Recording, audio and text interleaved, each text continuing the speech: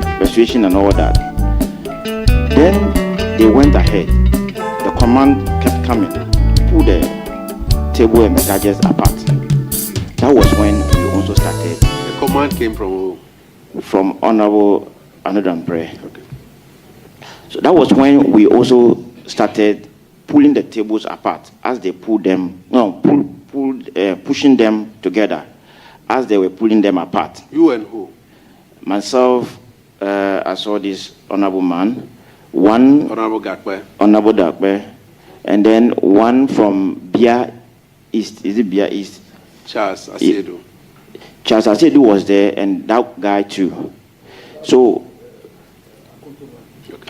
okay. So we were trying hard to keep the tables together so that the process could continue. In the process, they were overpowering us with their force. That was when Honorable Chief Whip came in to support us there so that we could keep the tables together. And then there was a space as they pulled the tables apart. The Honorable Jerry got in between the tables, still was pushing it away. That was when the gadgets started falling apart and all that. So you saw me holding the table. It wasn't like I was trying to, destroy the table. But as Honorable Jerry was trying to pull it, we resisted it, and it felt like he has to raise it. So counter-resistance must happen to bring the table down. That was when you saw me in the video raising the table. The table came down, and surprisingly, the leg, one of the legs that was in touch with the ground got broken. But the one above, one of them above, was not broken. And that was the second time I held another honorable's hand. So one honorable man intentionally broke the leg of the table. So in an attempt to do that, I held the hand. Okay. And then... Who is that honorable man again? Who broke the leg intentionally? I can identify the person by his image. We'll be inviting you again tomorrow. Some of you will be coming back tomorrow. We've noticed that some of you were actively involved. Yes. Today we are just taking witnesses.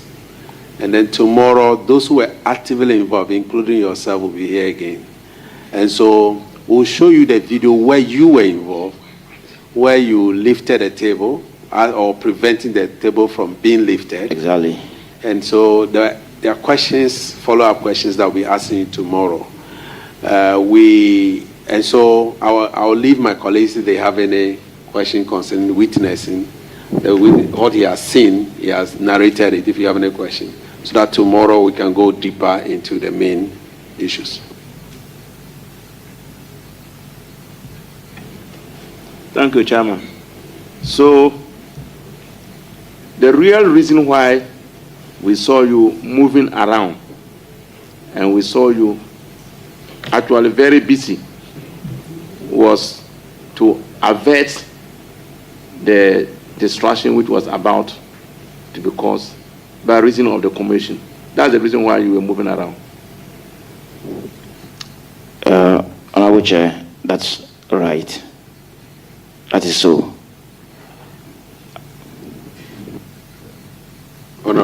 According to, you said you came to observe and to learn. That was the reason why. You did not get any call from the leadership of the majority caucus to come in. Honorable Chair, no. I was here before the incident started. Are you very proud of what you did? Honorable, can you please? I'm asking you whether you are very, very proud of what you observed. Honorable Chair, no. Issue that I thought could easily be resolved amicably by dialogue or going to conclave, which I personally told them to do that, degenerated into a different thing altogether. So I wasn't proud. And as a first-timer, I knew before you came to Parliament, you had a very high expectation. So, what is the picture now about what you saw? What is the picture?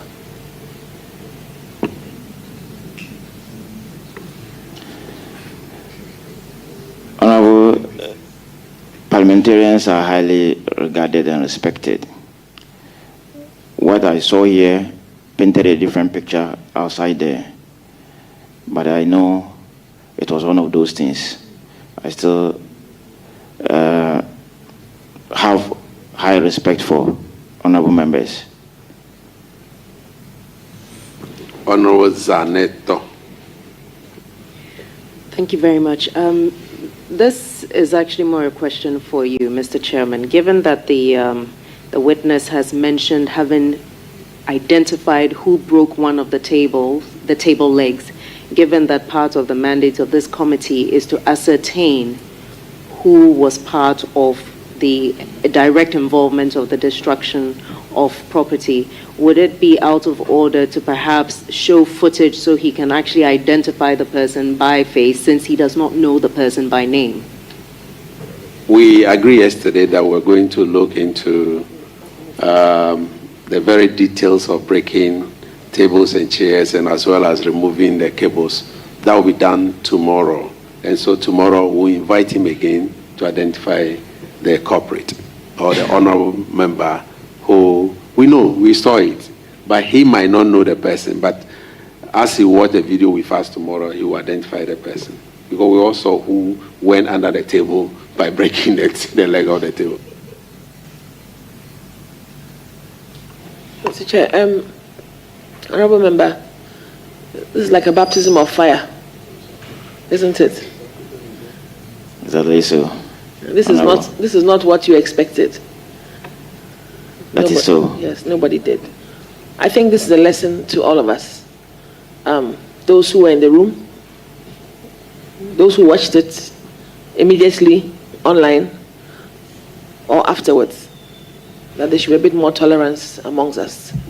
And so as a first-timer, don't let this be the norm. And this goes out to all first-timers also. Even second-timers like myself. This should not be the norm. And this is not what the public should see us do. And this goes to both the majority and the minority. Thank you. I'm sure you'll be called again tomorrow. Thank you, Honorable Chair. And you might have seen the videos, the role I played by calming both sides down. And I'm not that type, not aggressive, and I believe in dialogue and enjoying to, arrive at a concrete decision. Thank you. Well, we are not here to praise you. We are here to assess and know those who are involved, deeply involved. And so tomorrow we'll be here again.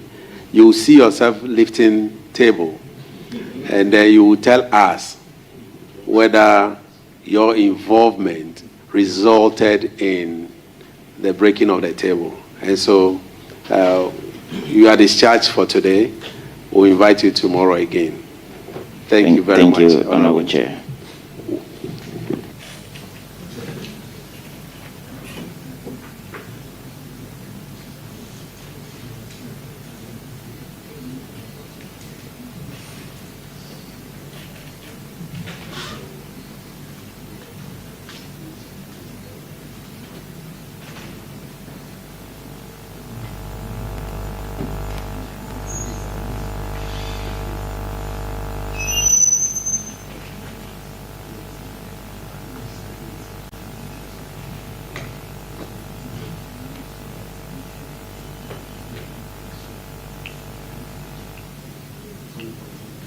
We'll call the next witness, Honorable Gakpe. Yeah. Okay.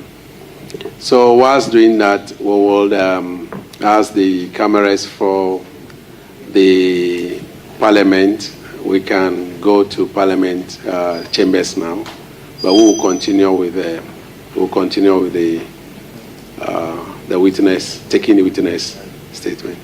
Thank you.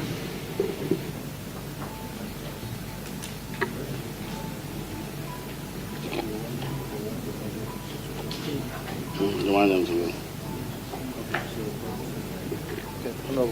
So I, Kwame Jijoli Gakwe, swear by the Almighty God swear by the Almighty God that the evidence I shall give before this committee that evidence I shall give before this touching committee the matter in issue touching the matter in shall issue be the truth, shall be the the truth, whole truth, the whole truth, and nothing but the truth. nothing by the truth. So help me God. So help me God.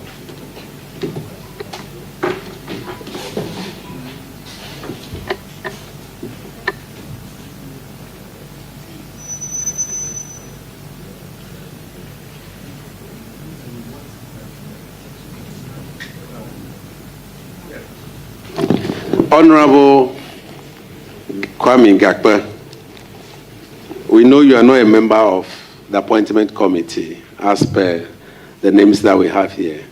But on the 30th of January, we saw you in the video participating actively in the proceedings here. Can you tell us, this committee, what transpired and why were you involved in activities here on that fateful day?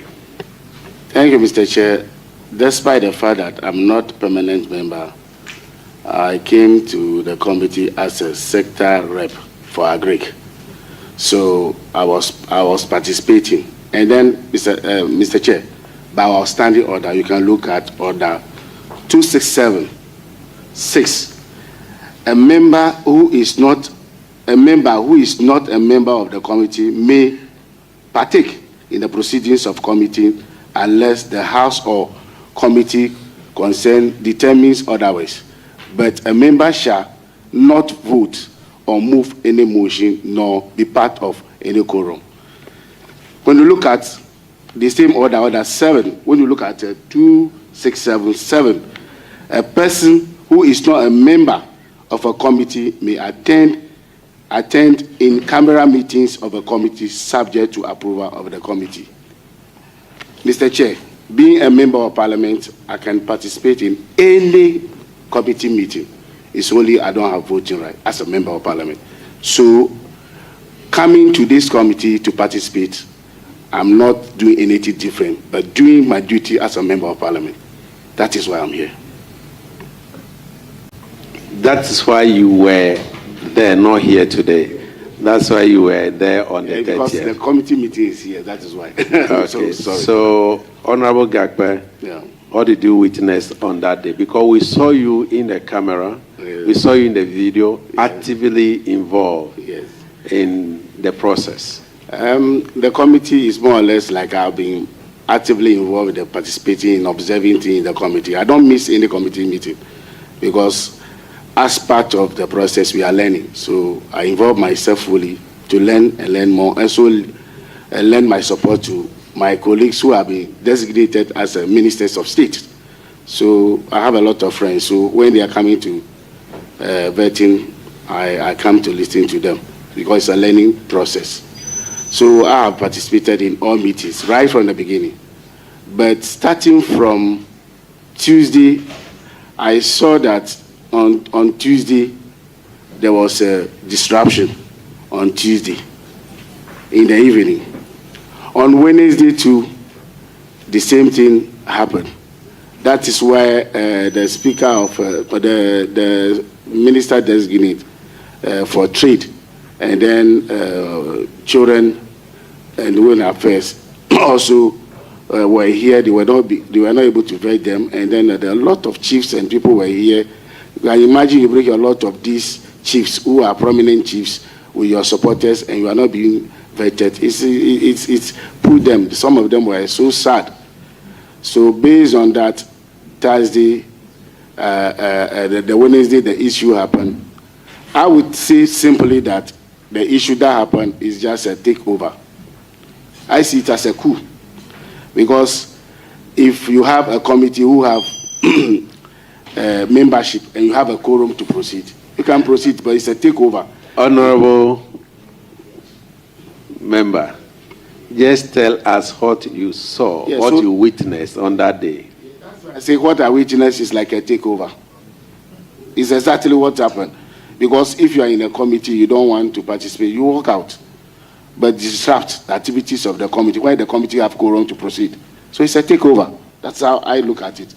And then I saw that the truth of the matter is that Akando was a proxy. And that's what I'm saying. Because Honorable Akando. was a proxy. The reason why I say it was proxy is because the moment Honorable Okuyato arrived and I ushered Honorable Okuyato to go and sit down, the majority leader came hard on me that I should stop what I'm doing. Why is the minority leader? That why? What am I that should stop that? And I say, so I can't usher in my own brother, offered him a seat to sit. Is it a crime?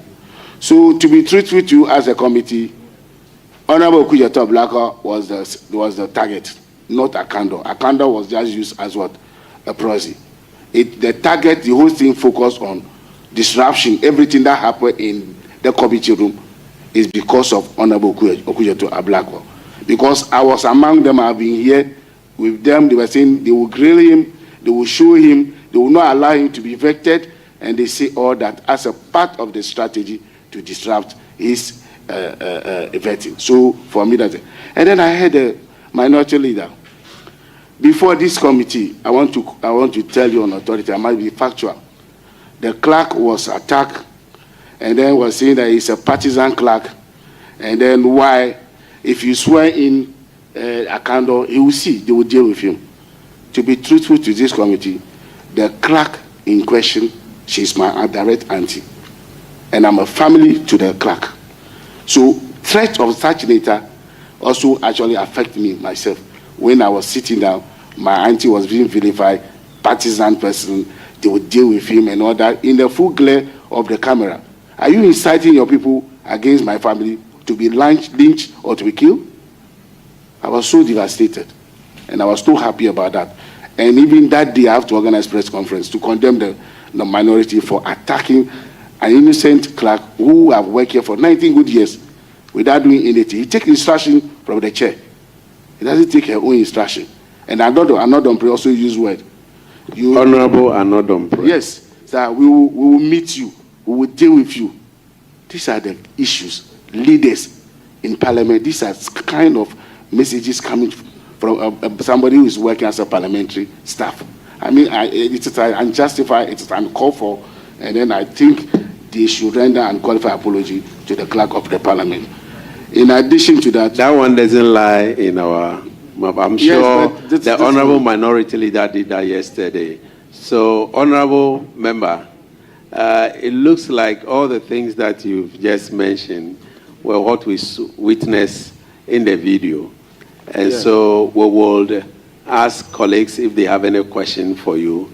Otherwise, we will take the clerk now because he has to attend upon other parliamentary works in the House. So, colleagues, yeah. Before you move on, some of us, based on what happened, we need to protect state property. So when you go to Article 41, under the Chapter 5 of Directive Principles of State Policy, Article 41 states and stipulates, especially the F, to protect, preserve public property and expose or combat misuse, waste of public fund and property. It is clearly stated. So we are here just to defend members of parliament, to defend the constitution of Ghana. And exactly that's what we did. And then when you look at the same article, you look at article, the same 41K, to protect and safeguard the environment. At that time, the environment was not good. So at that time, even the marshals were helpless.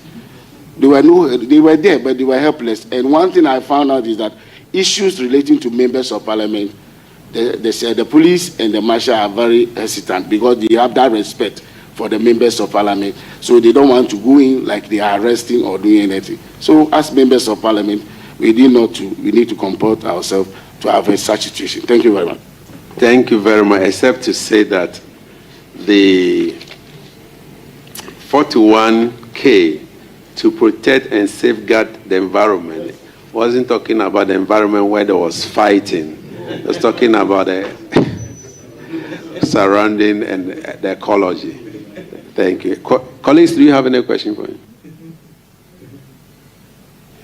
Honorable Gaki, thank you for your vivid description. Moving forward, what do you think Parliament should do to avert such situations in the future? Moving forward, I think we need to reorient our people, especially the first timers, because sometimes when people give unlawful order, if you know you're right, you can disobey.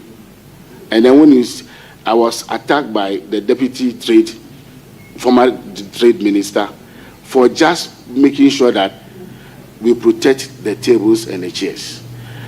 The former the sports minister was also part, and then the former deputy transport minister was also part, who eventually fought with our chief whip, is also part.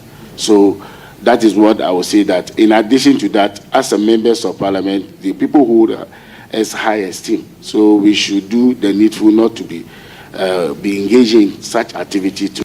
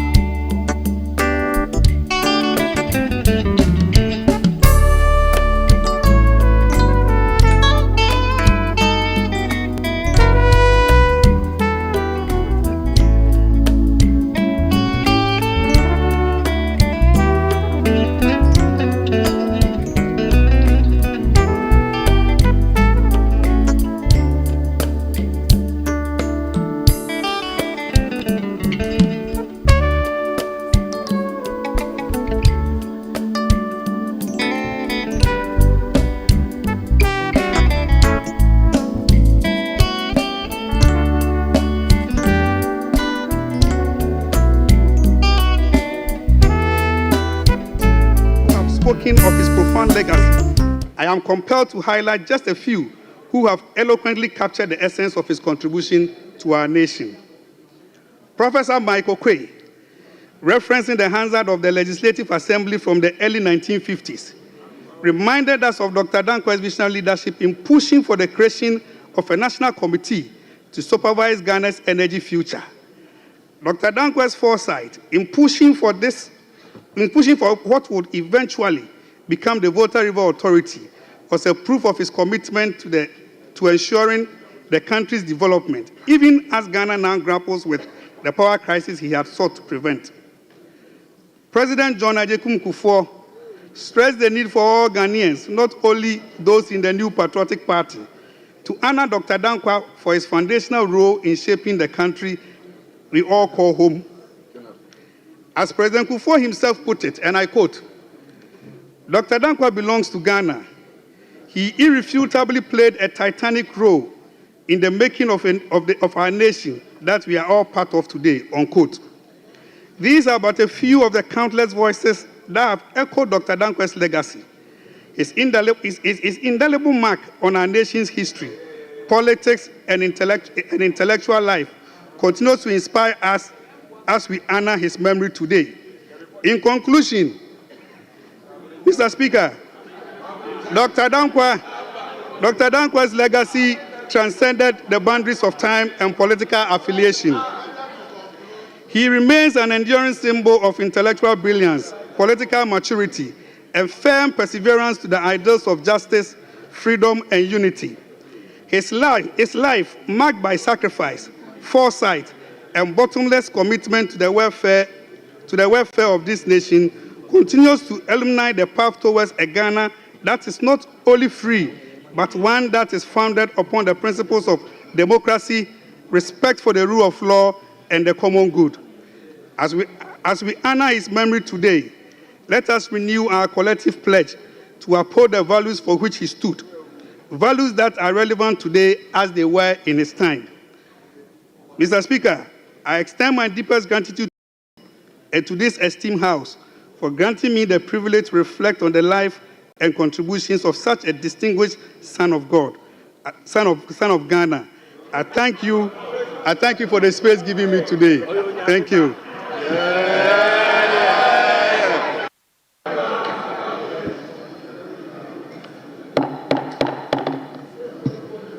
Honourable members, I will take two comments.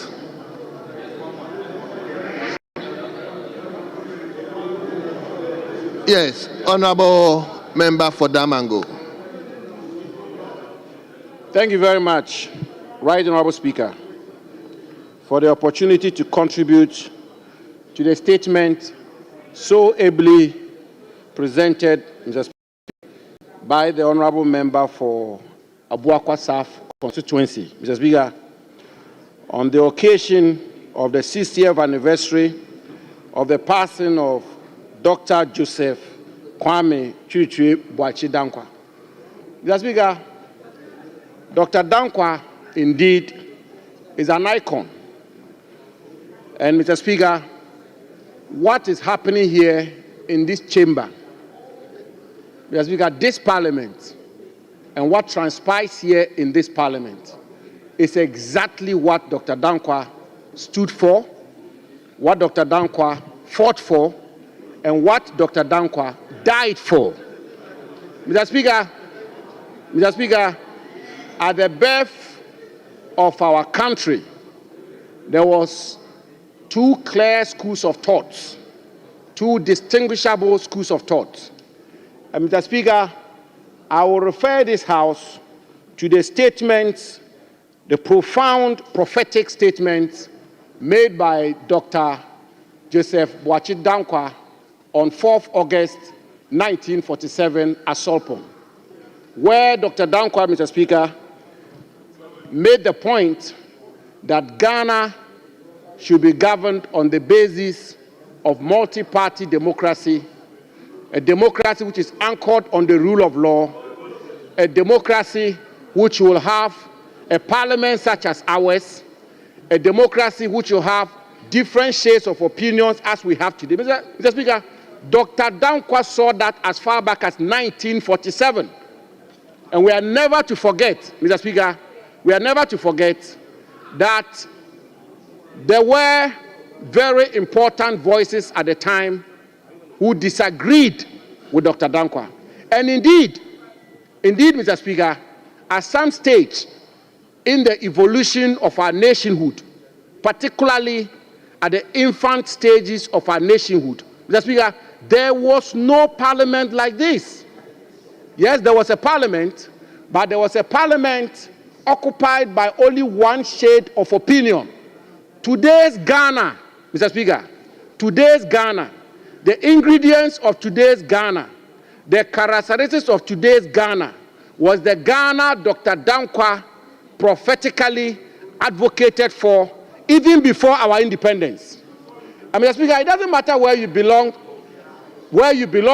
on the political divide, you cannot contest the fact that Dr. Dankwa stood for the major pillars of our democratic state as we have it today: rule of law, freedom of speech, multi-party democracy, equality before the law, property-owning democracy. Mr. Speaker, that is the bedrock of today's democracy. That is the bedrock of Ghana's economy today.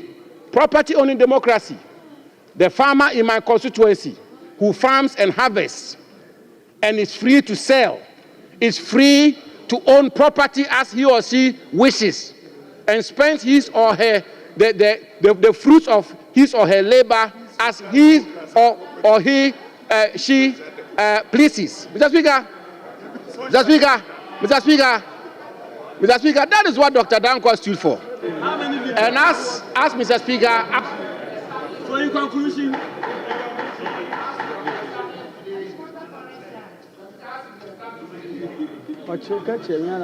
as it's been established today, even our friends from the other side, our very good friends from the other side, and I mean the majority side, the NDC side, the Social Democrats, the Socialists, today are now owners of mansions and properties. That is property-owning democracy.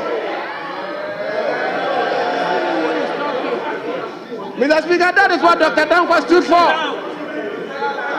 Mr. Speaker, that is what Dr. Dankwa stood for. Today, Mr. Speaker, our friends from the other side are defending their properties.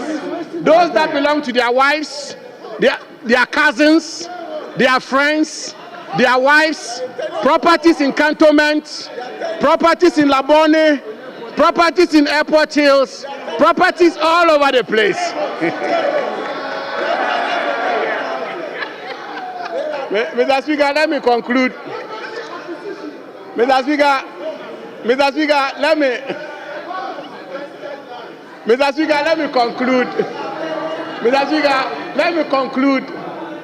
me conclude by saying that what Dr. Dankwa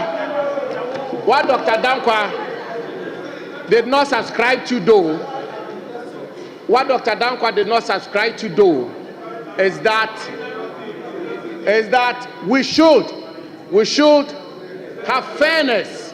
We should have fairness even whilst we are building a liberal economy. And Dr. Dankwa believed that even in a free liberal market economy, there are those who are underprivileged. And that is where the state comes in. And therefore, Mr. Speaker, I want to thank the maker of this statement that Dr. Dankwa continues to be a colossus in Ghanaian political history and is indeed the doyen of Ghana politics. I thank you very much, Mr. Speaker. You just came in and you want to contribute. Okay. Thank you, Mr. Speaker, for giving me the opportunity to contribute to this statement briefly. Mr. Speaker, it is important for us to appreciate our historical antecedent as a state. And when we are making statements of this sort, we ought to be factual. We ought to, because the standing orders are very clear. you must not make a statement that generates to debate. Mr. Speaker, you must not make a statement that should generate debate. Mr. Contributor. So when you make a statement Mr. Contributor. attributing...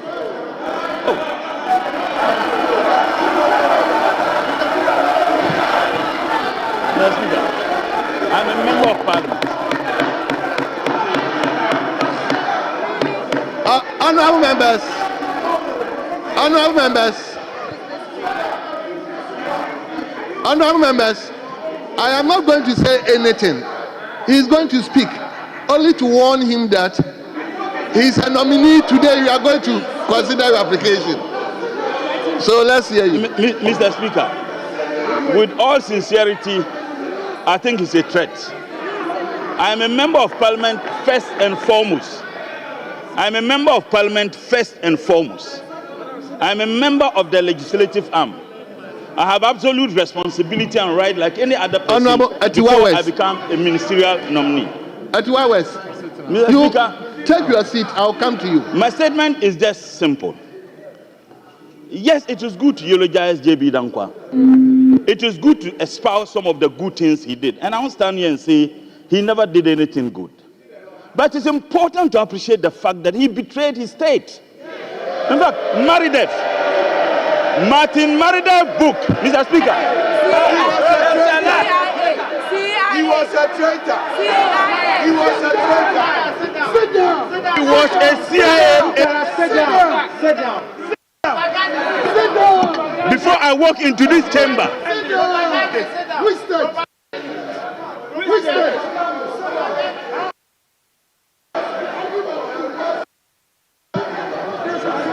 Honourable members, please don't do that. Look, Mr. Speaker, if you do this, Mr. Speaker, orderly, let him speak. Martin, these are not my...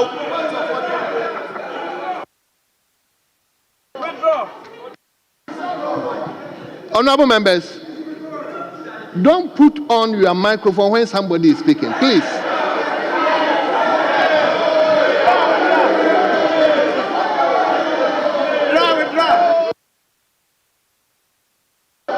Honourable Motala, please conclude. No, Minister, Minister, no. Please, we have a lot of work to do. Minister, no, Mr. no, Speaker, no. Mr. Speaker, I know you, Mr. Speaker, I know you to be a very fair. Mr. Speaker, when my very good friend, Honorable Jabu, was speaking, he said many things that people here disagreed. I got up, Mr. Speaker, you never gave me the opportunity. Yes. Nobody here put on the line, Mr. Speaker, it is on and becoming for our colleagues who are in the minority to think that though they are in a small number, they can disrupt things anywhere they like. It is becoming an attitude, Mr. Speaker, and we are taking notice. We are taking notice. I urge them, you are going to listen to him. Listen to you. Honourable Minister. Mr. Speaker, this attitude that we are not many. Honourable Minister. Anything, we are taking notice. Honourable Minister, well noted. In the building of a Kotomba Dam, don't attribute something to him. And Mr. Speaker, he also said that J.B. Dankwa died a horrible death under Buzia. As a matter of fact, the NLC constituted a committee to investigate the circumstance under which J.B. Dankwa died. Honourable member, conclude. He died in natural death. Honourable member, conclude. Speaker. Honourable member, to dead country. Member of Parliament. Honourable member, who put honourable member, the motion in. Put it what? Honourable member, motion. Put it down. He's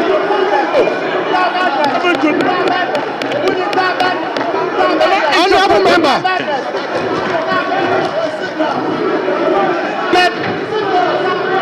Put it down, madness. Put it down, madness. What is it?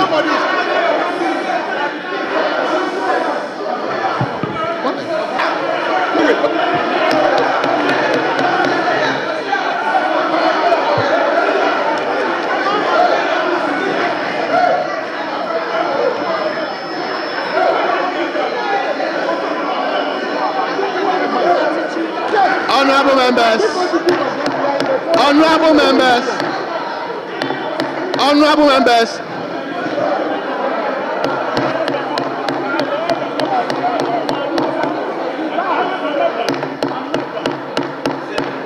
Honorable members, take your seat. Honorable members, take your seat.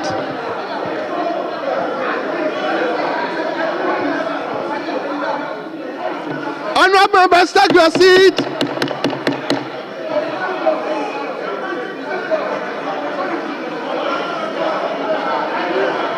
Madras, children of Madras, children of Madras, Honorable members, take your seat. No, I'm not taking anymore. Madras, I'm not taking anymore. No. Madras, take your seat. Honorable Montala. No.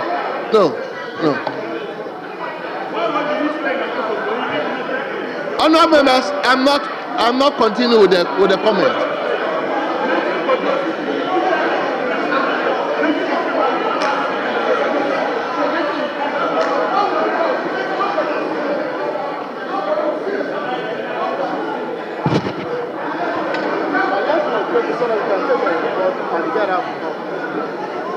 It's annoying, but we have government. Honorable members. Let's take our report. Honorable members. Honorable Motala. Honorable Motala. If you didn't listen to me, I'll walk you out, please. So listen to me, please. No. I'm not taking any more contributions on this topic.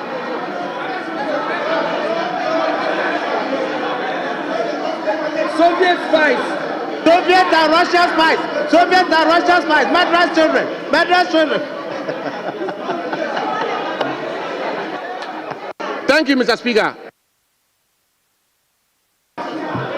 Let me now come to leadership. I'm coming to leadership. Yes, 2-2. I've taken one here. Leadership will make up the 2-2. Yes, minority leader, you can decide to yield it to anybody. That is, but minority leader.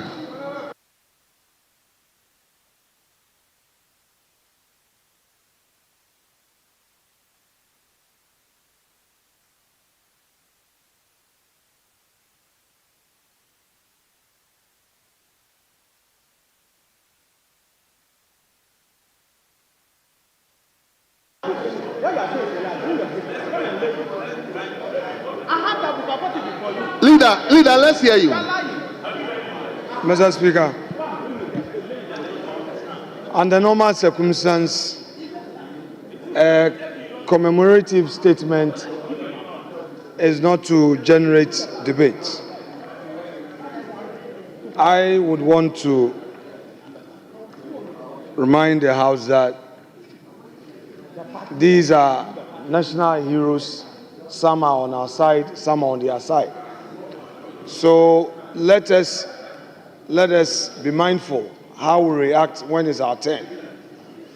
Obviously, there will come a time that a statement will be made in honor of the hard work of former President Nkrumah, Liman, Jerry Rawlings, Professor Mills, and all.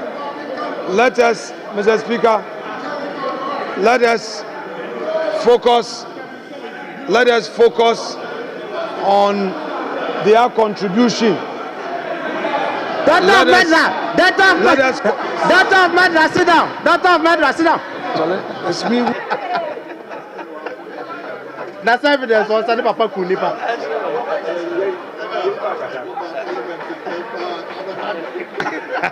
Mr. Speaker, honorable members. Honorable members, please, let's give him hearing. I'm not taking any point of order. So, leader, let's hear you. Mr. Speaker, obviously, in such commemorative statements, our focus should be on the contributions made by these national heroes, rather than using it as an opportunity to debate. I recall that in the 8th Parliament, I remember that there was such an occasion and I was directed. I don't have a problem admitting where I'm wrong. I can't be perfect. I remember that my respected colleague, Dr. Zenato Ajiman Rollins, Dr. Zenato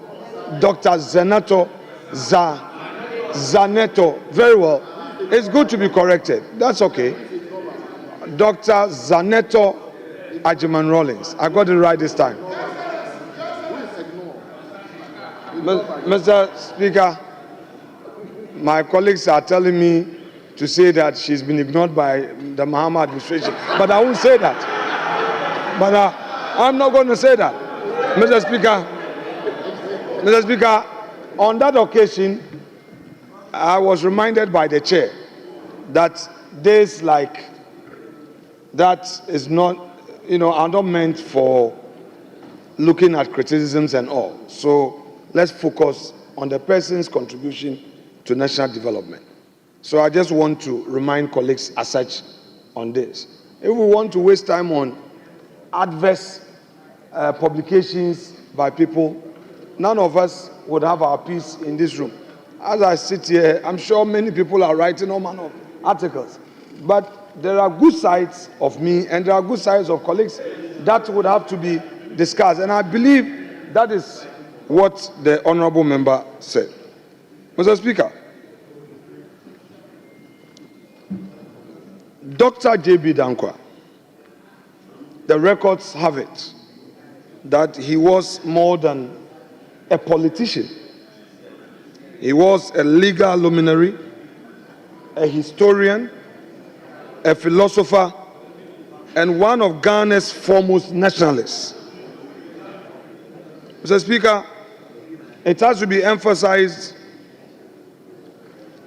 his lead role he played in the formation of the UGCC, which is the first political party we know. His advocacy and intellectual rigor helped shape the political consciousness that led to Ghana's independence. Nothing can be taken away from him.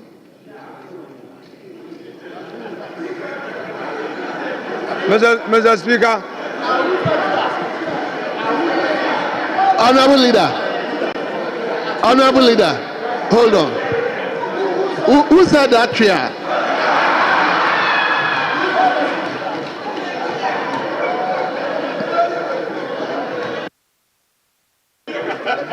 Leader, the person is afraid, so go on. Mr. Speaker, I know who said it. That is Honorable Asedun Katia's son. Yes. He said it.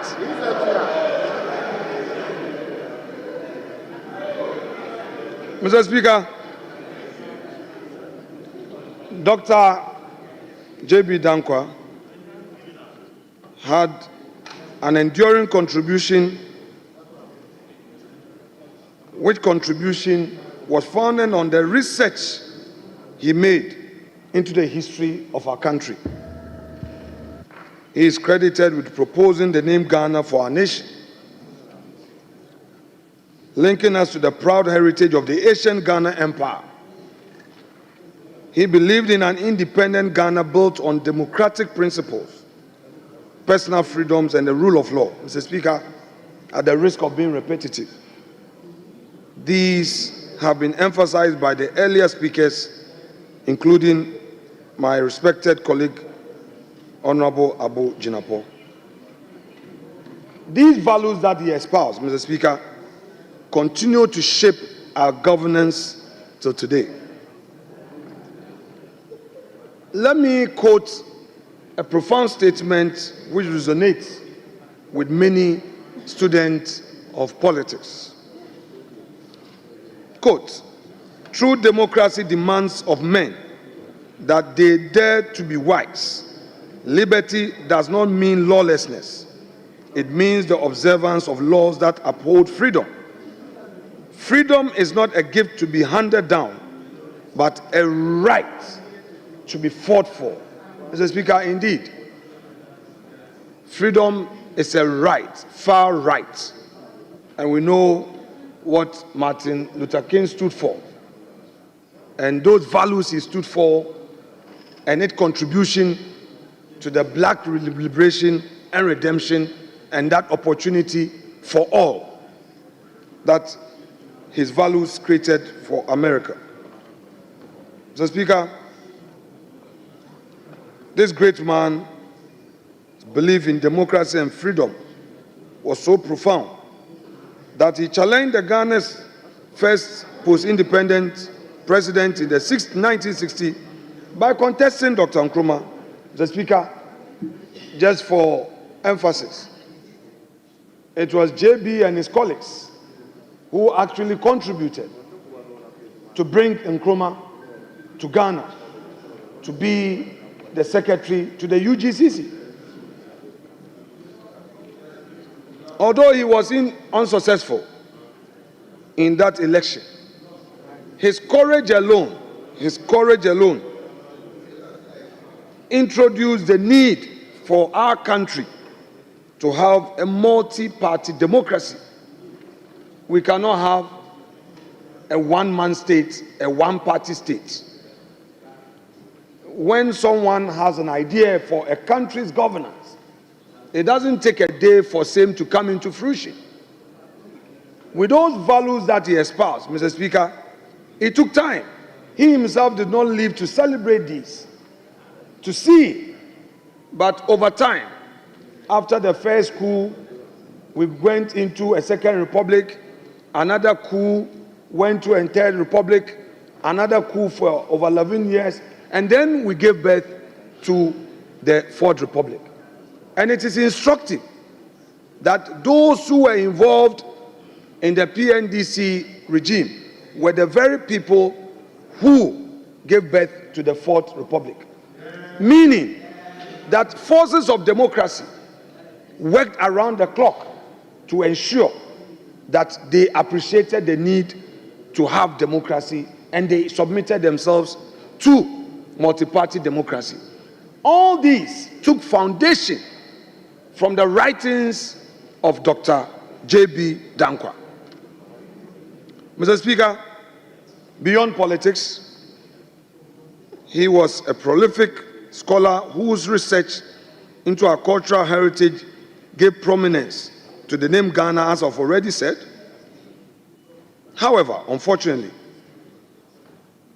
in spite of all the sacrifices he made, political disagreement eventually led to his incarceration. And as a young politician, when a time came for me to construct a runabout in Efutu, I read a bit of the history, and I even discovered that for many years, J.B. Dankwa was the Efutu State's lawyer. He was a lawyer for the Efutu State. And also, I discovered that Omahini of Efutu, my great-grand-uncle, Nenyi Gate, had actually contributed to the independence of the country through his support to Kwame Nkrumah. Mr. Speaker, all those misunderstandings, the Kwame Nkrumah, J.B. Dankwa political rifts, led to the Efutu lands becoming vested lands. Because after the 1950 Supreme Court of Gold Coast ruling, J.B. Dankwa remained the lawyer for Efutu, even when Nkrumah set up a commission of inquiry to look into the matter even after the Supreme Court ruling. J.B. Dankwa insisted being the lawyer for the Efutu State. And when the final findings gave the lands to Efutu, Nkrumah then said to avoid conflict, through the then Attorney General, Justice Oforiatta, there was that enactment to say that the chiefs can sell their land, but with the consent of the state. Mr. Speaker, I am saying that looking at this history, by the grace of God, I was able to set up this reconciliation runabout. If you go to Winneba, you see two gentlemen shaking hands. One, it's J.B. Dankwa and Kwame Nkrumah. The import of this was to say no more to political intolerance. Because these were two friends, these were two national heroes, but because of political differences, one had to die a painful death in his own prisons. So, symbolically, Efutu took up. Mr. Speaker, unfortunately, the noise is coming from those who are still waiting for the appointment. Those who have been nominated are gently listening, and those behind who are yet to be considered are making noise. They don't want to learn. And they are backbenchers and newcomers. They are supposed to learn. This is history. Mr. Speaker, we have mounted these statues, JB and Nkrumah, to symbolize true reconciliation, that no matter the disagreement with your political opponent, don't wish death for him. And that is a true symbol of multi-party democracy. And what we did this morning, after our heated exchanges of Thursday and Friday, is what democracy represents. Find peace around the table. Don't go to the extreme. Let us manage our democracy. So, Mr. Speaker, J.B. Dankwa has bequeathed to this nation true values that we shall forever cherish. Let us continue as a people to honor his memory through our conduct. Even if we have different political ideologies, we should remember him for the great works he did for our nation. This man preached press freedom and personal liberties. He set up newspapers. He was writing. He exposed the country to all these values that today we are celebrating and we are taking for granted. Mr. Speaker, Honorable Atachia was the one who was doing this annual ritual. I am happy that Dr. Kingsley Ajiman has taken over. It's time for him to also make his name in this hallowed chamber. I wish Doc many accomplishments in this chamber. He has demonstrated his determination to take up a key role in this house, and I wish him well even in this great enterprise of democracy. Mr. Speaker, without more, I shall yield. I can see the respected majority leader is more than anxious to have his bite, however superfluous it may be. He's Mr. Speaker, this is a very respected senior colleague. He's made his name at ECOWAS Parliament, and he's gone through the rudiments of politics to assume this black chair. I would always accord him that respect. That is why I said, however superfluous it may be, he must have a bite, because we are celebrating a national hero. Mr. Speaker, I yield the space to him without more. Thank you. Yes. Thank you very much, Mr. Speaker. But, Leader, I think you also be very brief.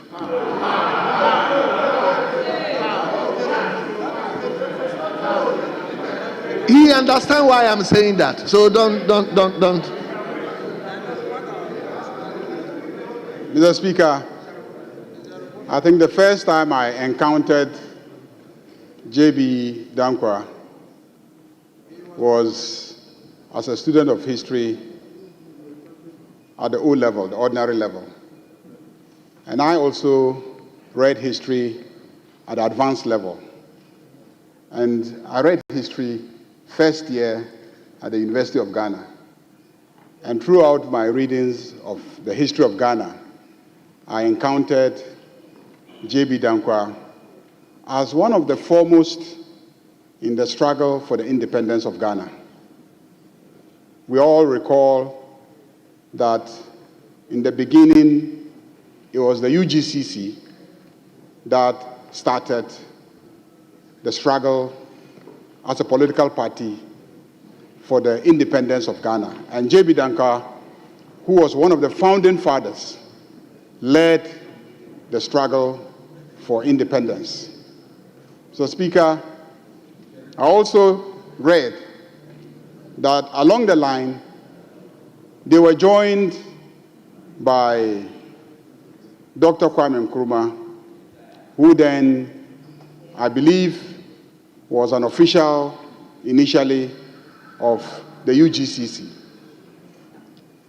As a result of some disagreements between the two of them as to the direction of the struggle, J.B. Dankwa and others opposed the style and the approach of Kwame Nkrumah, which led to Kwame Nkrumah parting company with J.B. Dankwa and his team and formed his own party, the Convention People's Party. And he had a more radical approach to the struggle for independence. And from the moment when he parted company and formed his Convention People's Party, the leaders of the UGCC became opposed to Kwame Nkrumah, opposed to his methods, and ultimately were opposed to the timing of independence. They were not opposed to independence per se, but they were opposed to the timing of independence. And since time is everything, many have read into it that they were opposed to independence. And that has been a matter of contention. And I think it is one of the issues that is causing some disagreement in this chamber. So, Speaker, when I got to the university, first year university, and read law, again I encountered J.B. Dankwa. Because one of the famous constitutional law cases that you must read as a first year university law student is the famous Ray Akoto. In my reading of the decision in Ray Akoto, I encountered J.B. Dankwa, the fighter for independence, now the human rights activist, a fighter for the rule of law, a fighter for human rights. And if you read Ray Akoto, and many, I believe in this room, don't remember the facts, basically, CPP, led by Kwame Nkrumah, had gotten the parliament, this parliament, to pass the Preventive Detention Act, which enabled them to arrest and detain people under certain circumstances. And the chief linguist of the Ashantihini, Mr. Akoto, Bafo Akoto, and 7 others had been arrested under the Preventive Detention Act, and they applied for bail, and the High Court refused, and then they appealed to the Supreme Court, and J.B. Dankwa was their lawyer. J.B. Dankwa argued that under human rights law, there was no basis for a law like that that enabled individuals to be arbitrarily arrested and detained and be denied habeas corpus. And he also argued that the legislation itself was not right and that Parliament didn't have the power to enact a legislation which gave blanket check to the executive to arrest and detain people under those circumstances. So the case brought to the fore the issue of parliamentary supremacy. Is Parliament so supreme that Parliament can enact any legislation?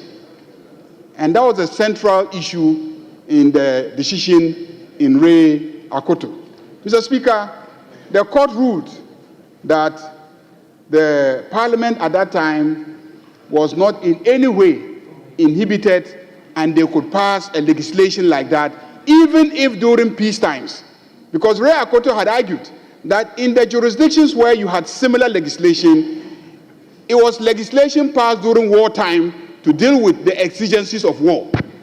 And so Ghana, which was enjoying peace, could not be cited as a country that provided an environment that necessitated a legislation like that. But the Supreme Court at that time overruled them and said Ghana could enact a legislation like that. So there I encountered J.B. Dankwa as the jurist, as a fighter for individual liberty and freedom.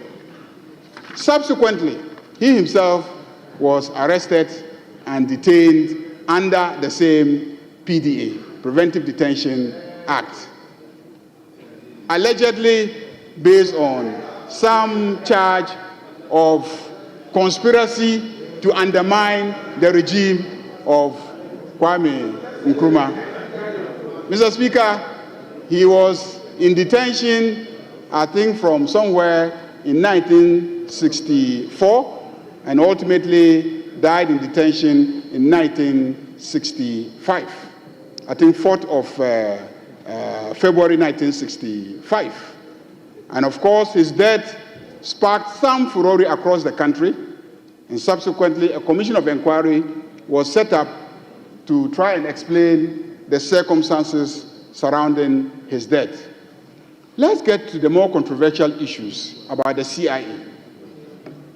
When the honorable member cited some allegations that he betrayed his country and worked for the CIA, it is indeed the case that some writers have claimed that J.B. Dankwa received funding from the CIA, that he received some financing from the CIA.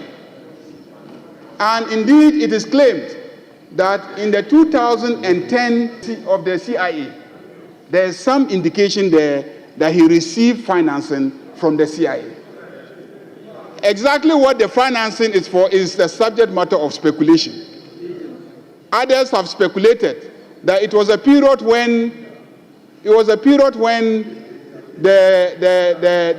United States was working against the Nkrumah regime because Nkrumah was considered to be a communist, that they were pro the Soviet Union, and so they suspect that they financed J.B. Dankwa for those reasons. But this is a matter that is not settled. So it is the subject of some, claims that have been made. But the most important thing, Mr. Speaker, today is that we should learn to remember, to recognize the efforts of those who came before us and the good work that they did. I believe that at the appropriate time, we will also make a statement in this chamber about the contribution of Dr. Kwame Nkrumah. I'm sure at the right time, we will also make statements about the contribution of such great heroes as Jerry John Rawlings. And Mr. Speaker, I will not be surprised if a statement on His Excellency President Akufo-Addo attracts the longest period of comments in this chamber. Mr. Speaker, let us learn to recognize the efforts of those who came before us. J.B. Dankwa did a lot. There were disagreements along the way between him and Nkrumah, but you cannot write the history of this country without recognizing the effort of J.B. Dankwa. In law school, I then read about customary law and the contribution of J.B. Dankwa in documenting Ashanti or Akan customary law. He wrote extensively about Akan customary law, Akan traditions, the sociology of Akan communities, and etc. And that has become a major resource for those who are studying Akan customary law and also the society and the history and the traditions of the Akan. Mr. Speaker, let me save time for the conduct of government business by ending my contribution here. Thank you very much. Honorable members, thank you, all the contributors. Thank you, the maker of the statement. And it is now time for government business. So please come with me to page 3.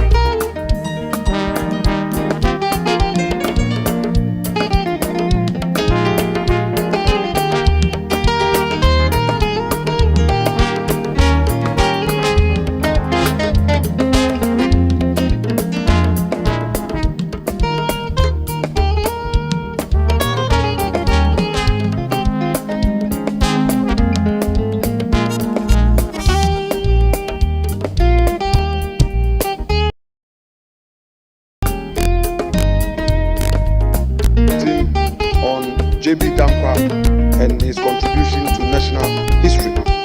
So, Mr. Speaker, we are against his chair of this forum and the activities in the country. We think, and we hold this whole view firmly, their actions are taking this country back.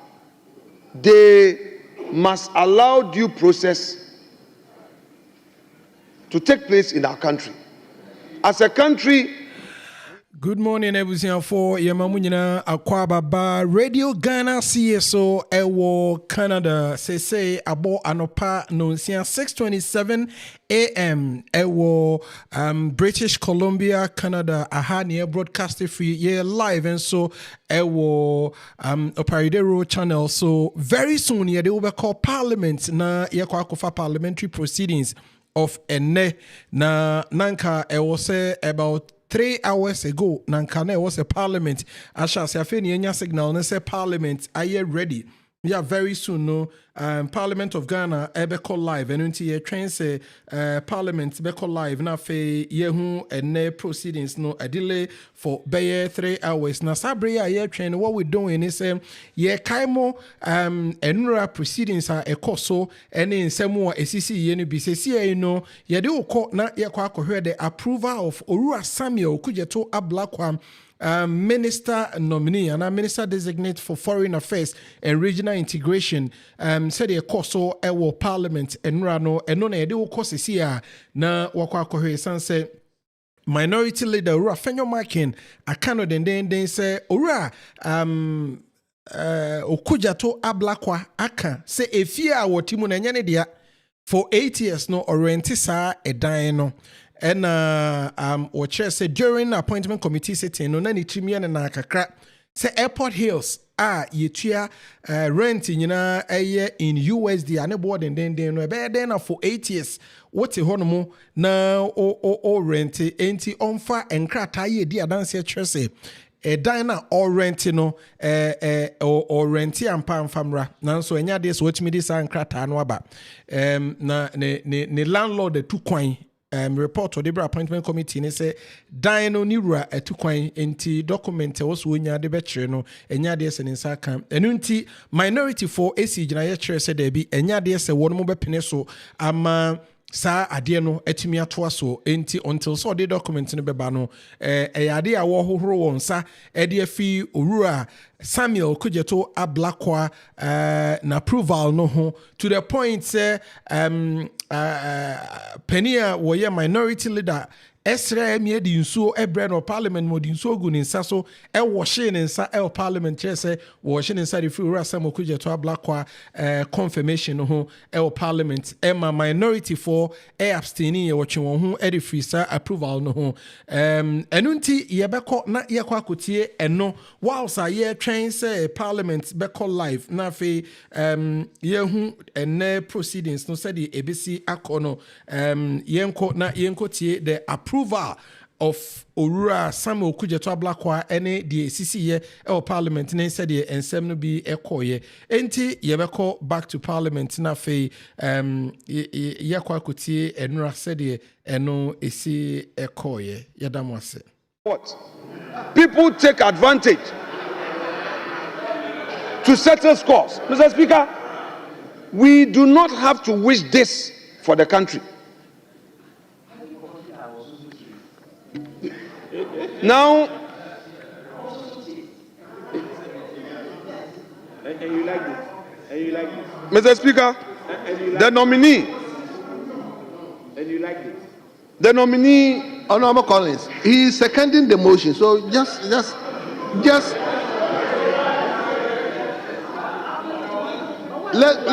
tolerate. Honorable Collins, I know why I'm tolerating. Mr. Speaker, Honorable Collins Dauda is a very experienced member of this House. He is recounting his own experience, but he knows. He calls me Miwafase. Mr. Speaker, he knows that some of us who were in government never supported a thing like this. He knows that for a fact. And Mr. Speaker, senior members of this House know that there are some members of this House who have the conscience of the society we live in and have never supported any actions detrimental to them when they were in opposition. They know. This is not the time to mention names, but they know. Mr. Speaker, if it was bad yesterday, it remains bad today and it will be bad tomorrow. Mr. Speaker, the nominee went further. Mr. Speaker, the nominee went further without being asked. Produced my own documents on my land. He said that in the name of Ora, they had conducted a search. The good news is that in their attempt to find out whether my land in Winneba belonged to the state, they came to a conclusion that it is not a state land. In fact, Mr. Speaker, I had become aware that somebody had petitioned Ora and had said that the police college in Winneba. Mr. Speaker, my colleagues who are shouting, they should know that this became a subject matter of our proceedings. So I am within the ambit of relevance. So please pay attention. Somebody had filed a petition to Ora claiming that my land in Winneba is part of state land. And the chair of Ora, in coming to his vetting, carried a search report. And the entire Winneba lands are affected by vested assets through an executive instrument. Mr. Speaker, going further, the nominee, Honorable Samuel Okujeto Ablakwa, if you look at page 30 of the 103 report, I quote, the nominee promised to furnish the committee with the following upon request by the ranking member with the leave of the chairman. There's a list of documents that he promised to furnish us.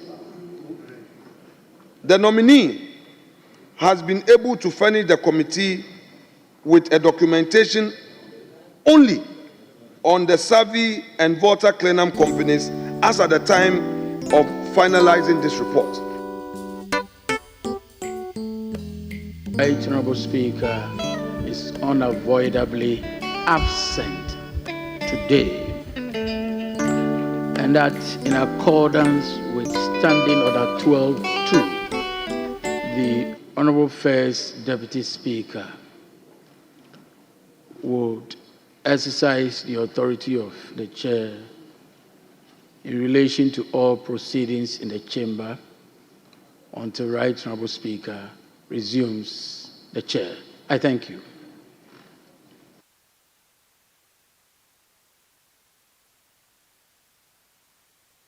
Yes, Majority Leader. Is he to exercise authority in relation to matters in the chamber, or he is going to be the Speaker until the substantive Speaker resumes work?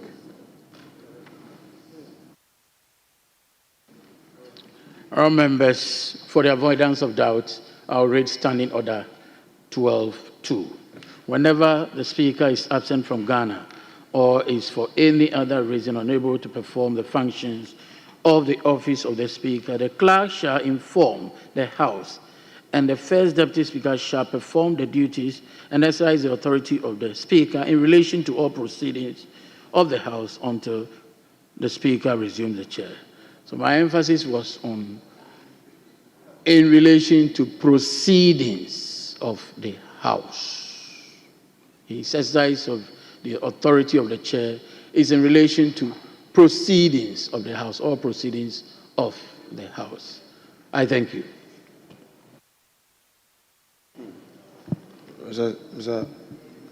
Mr. Clerk, Speaker, what you read, he's talking about some proceedings.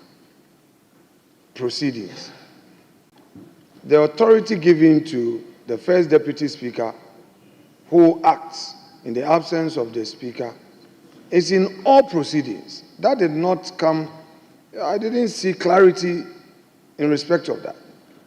Is it all proceedings, or some proceedings, or in proceedings of the House? That is very important. Yes, it's very important, so that we know the mandate and the extent of his authority. The man must know that temporarily, these are the powers he has. So for the avoidance of doubt, Mr. Speaker, I would want to read the Order 12.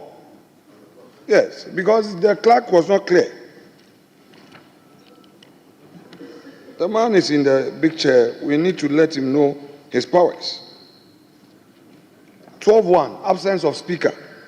Either of the speakers shall take the chair whenever requested by the Speaker during a sitting. The 2, whenever the Speaker is absent from Ghana or is for any other reason unable to perform the functions of the office of the Speaker, the clerk shall inform the House, and the First Deputy Speaker shall perform the duties and exercise the authority of the Speaker in relation to all the proceedings of the House until the Speaker resumes the chair. So it's in respect of all proceedings.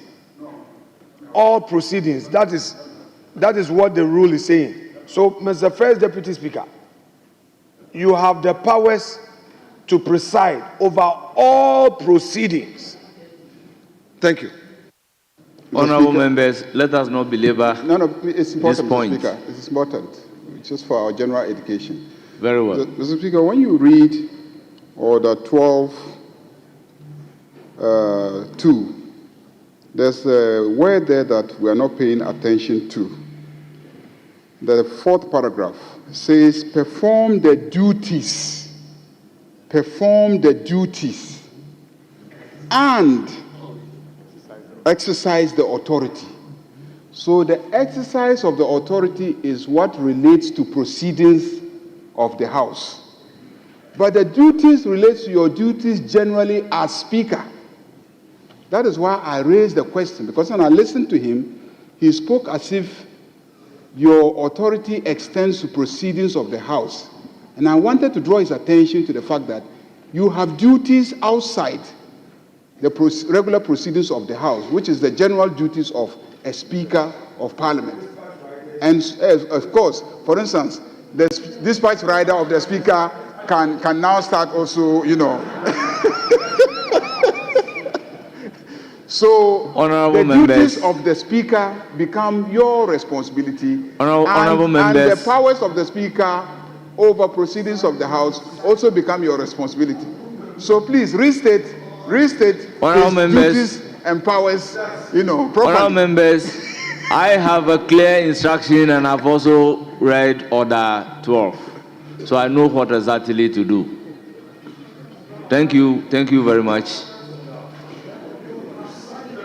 I have no doubt as to what I am supposed to do in the absence of the Speaker, as the First Deputy Speaker.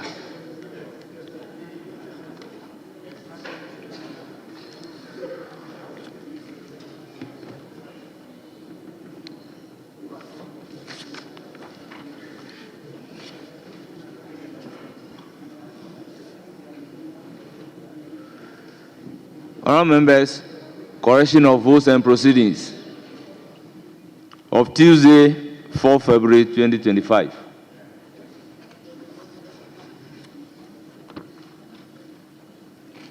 Honourable members, page 1,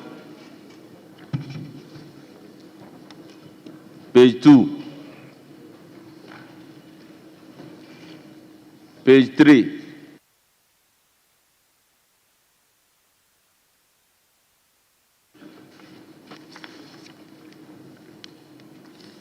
page 4. Mr. Speaker, page 4. Yes, Honourable Member.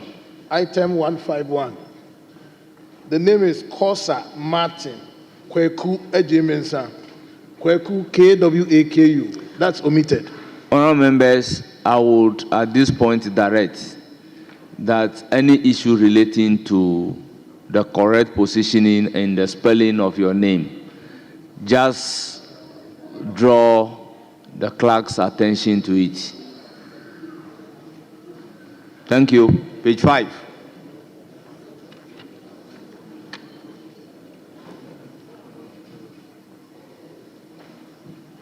Page 6. Page 7. Yes, page 6. Page 7.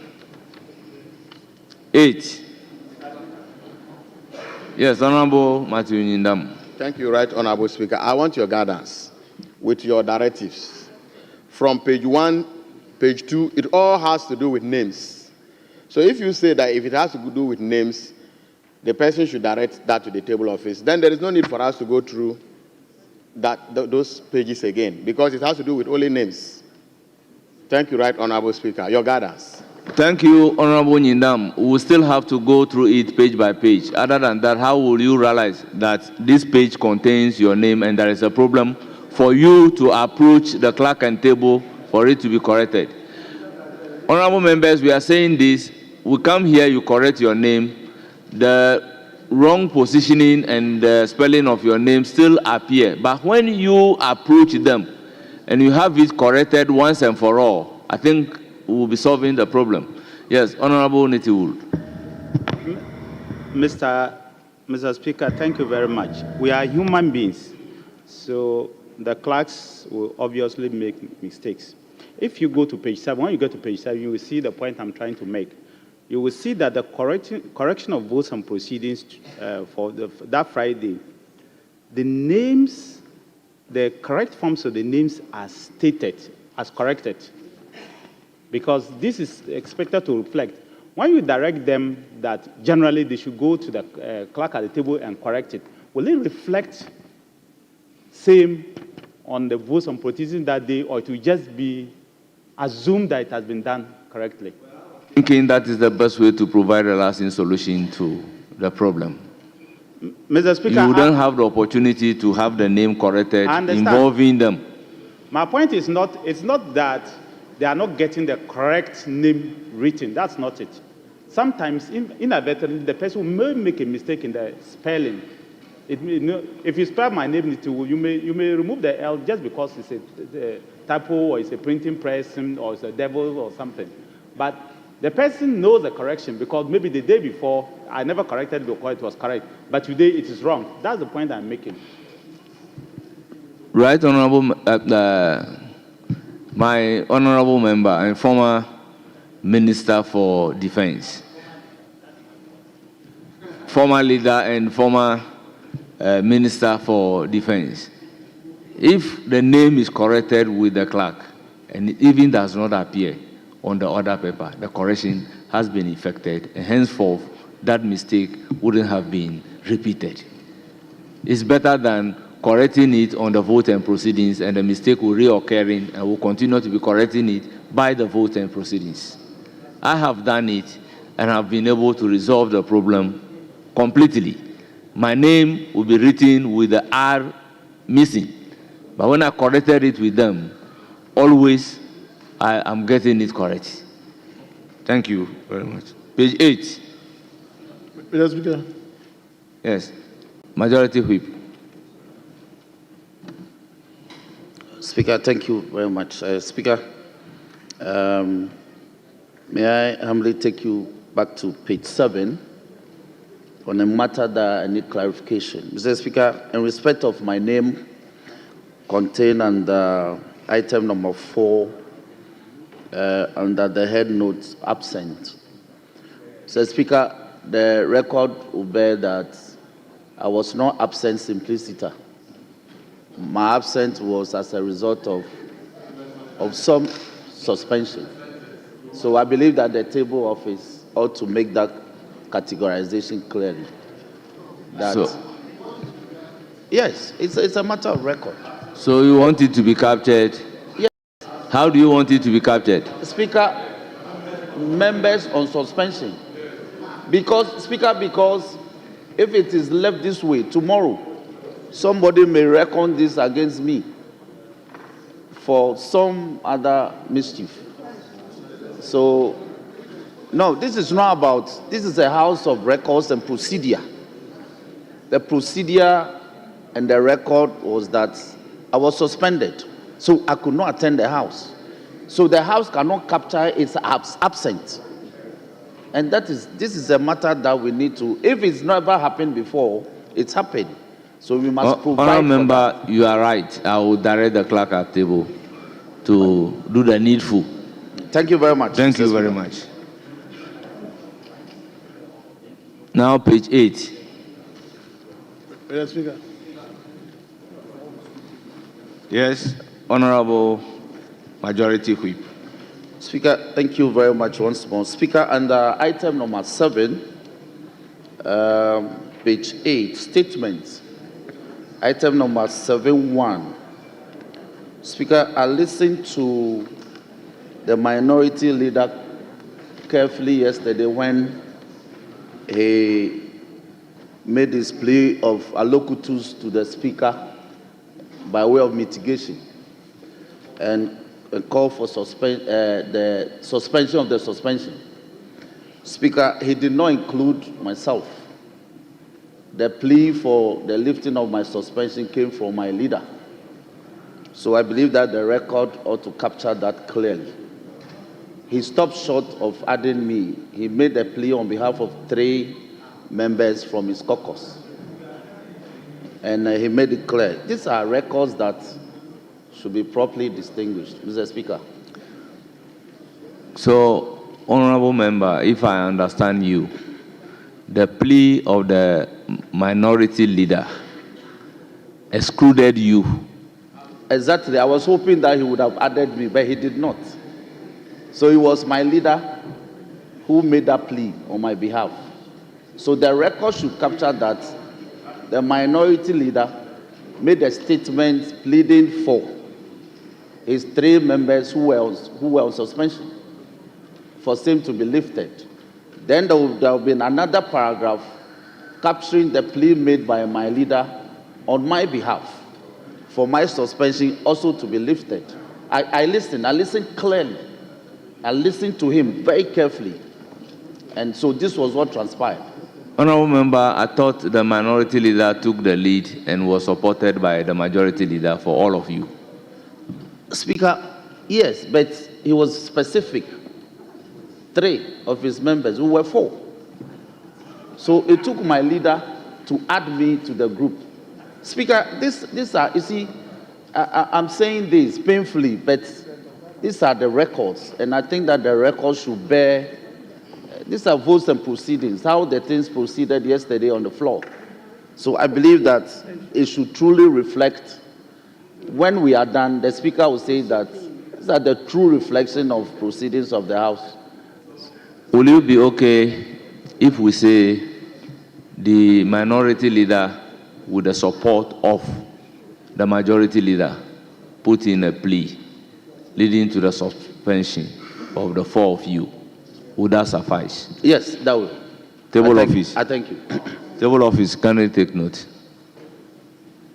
Mr. Speaker, the practice is that one must hear a colleague in silence. Fortunately, I have the transcript of yesterday with me, unless those at the audiovisual made a mistake. In fact, in my application, I didn't even mention a name. And it's here. I have the records of the House here.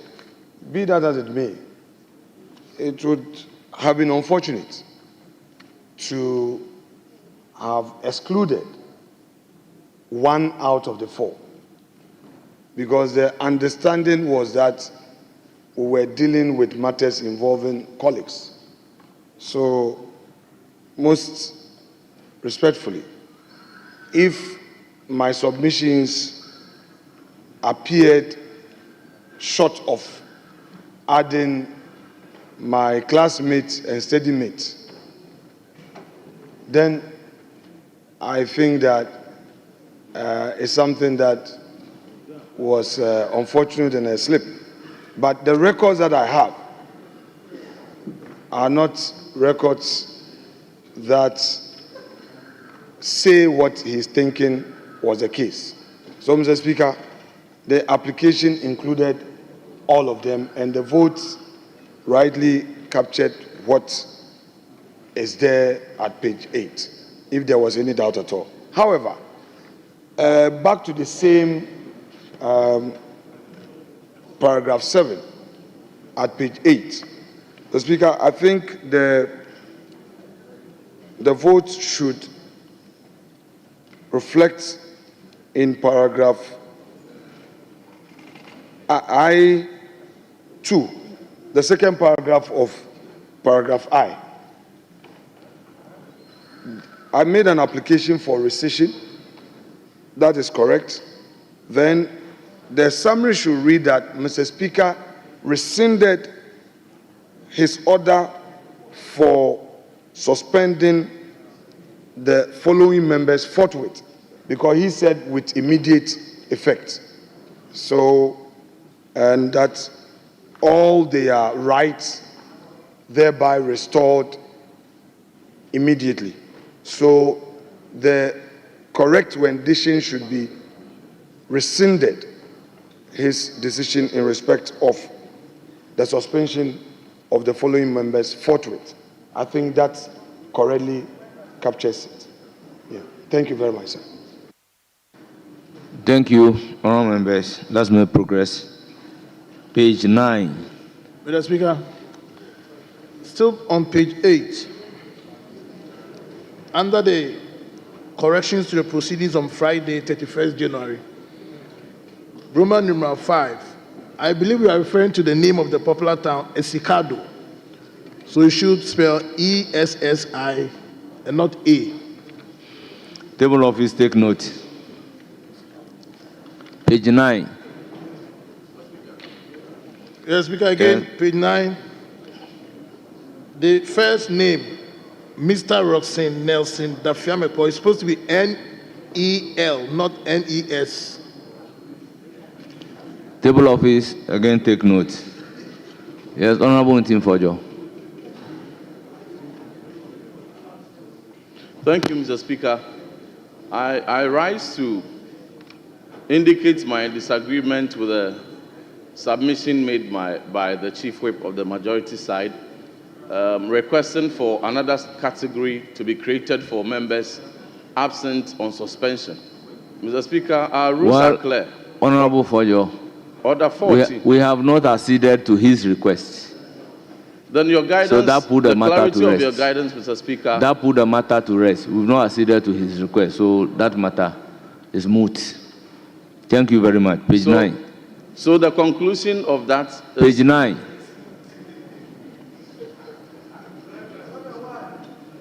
Page 10.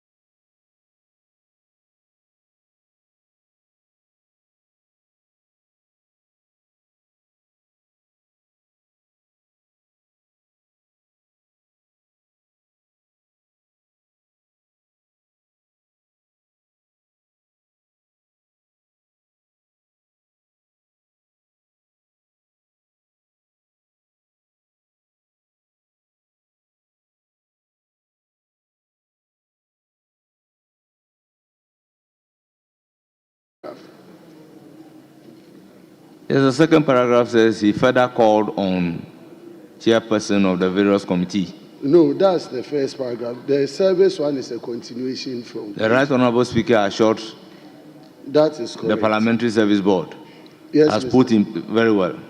Yes. What about it? Yeah, so my comment is the rendition of the needed support in the discharge of their duties to Parliament and members of Parliament. I'm just making an indication that that statement has to be looked at again.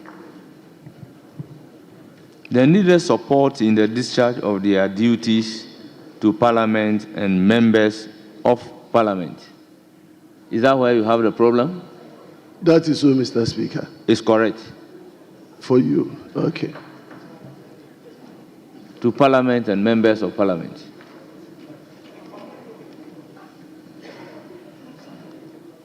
Honourable members, page 12. Honourable Agbana. Thank you, Mr. Speaker. Mr. Speaker, you mentioned 13 earlier, so. Very well, we are now on page 13. Your concern about 13. 15V. Mr. Charity Gardner, Regional Minister, Hartford Region. Mr. Speaker, it should be Mrs. Madam. Mrs. Well, I don't know her marital status, but it's the appointment letter indicated Madam Charity Gardner. It's Mrs. Okay. Well, you are right. In any case, it cannot be Mr. Yes, please. So, table office, take note. Page 14.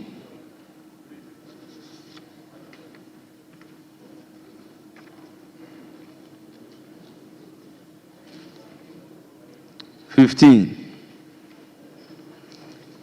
16. Yes, Honorable Majority Whip. Speaker, thank you. Speaker, under page 15, item number 3, in attendance. Mr. Speaker, the practice is that in attendance will capture non-members of the committee who have participated in the proceedings. But I see that the Honorable Jerry Ahmed Shaib, who by the terms of Standing Order 2177 is a member of the committee. So his name should feature under attendance. That is for substantive members of the committee. So if the table office can take Well, Honorable Member, looking at Order 2, 177. He said the leadership may participate in the deliberation. So if you are talking about the membership, then we are looking at Order 2172, 1 and 2. Speaker, according to the standing orders, when any member of the leadership of the House participates in our proceedings, they have voting rights. So I think that once he attends and participates, he should be captured as though he was a member who was in full attendance. I believe this matter we can litigate it. Yes, it is. It is very arguable. Yes. You are a member of your district assembly. Yes. By virtue of the provisions in the Local Governance Act. Yes, but I don't you don't vote. Yes, but the law is very clear that I don't have voting rights. Yes. But in this case, they have voting rights. As to whether they will have a voting right or not is a different debate altogether. Speaker, so I think let's hold it the way it is. Okay, all right. 16.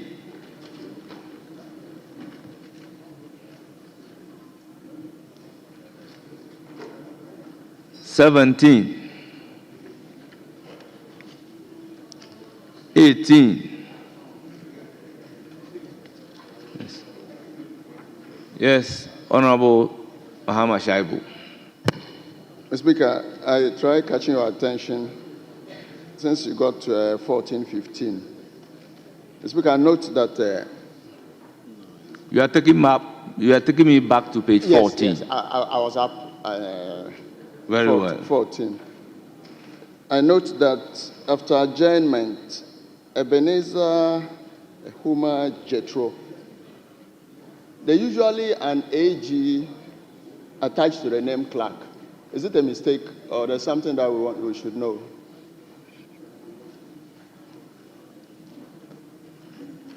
No.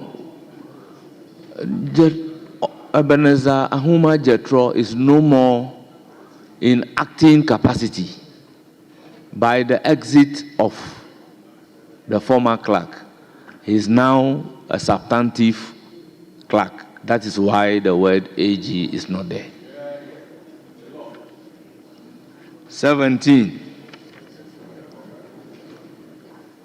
18. Yes, Minority Leader. Mr. Speaker,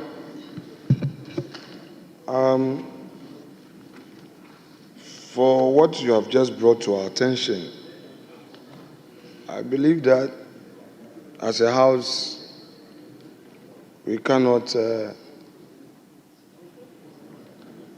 look at it with our eyes closed.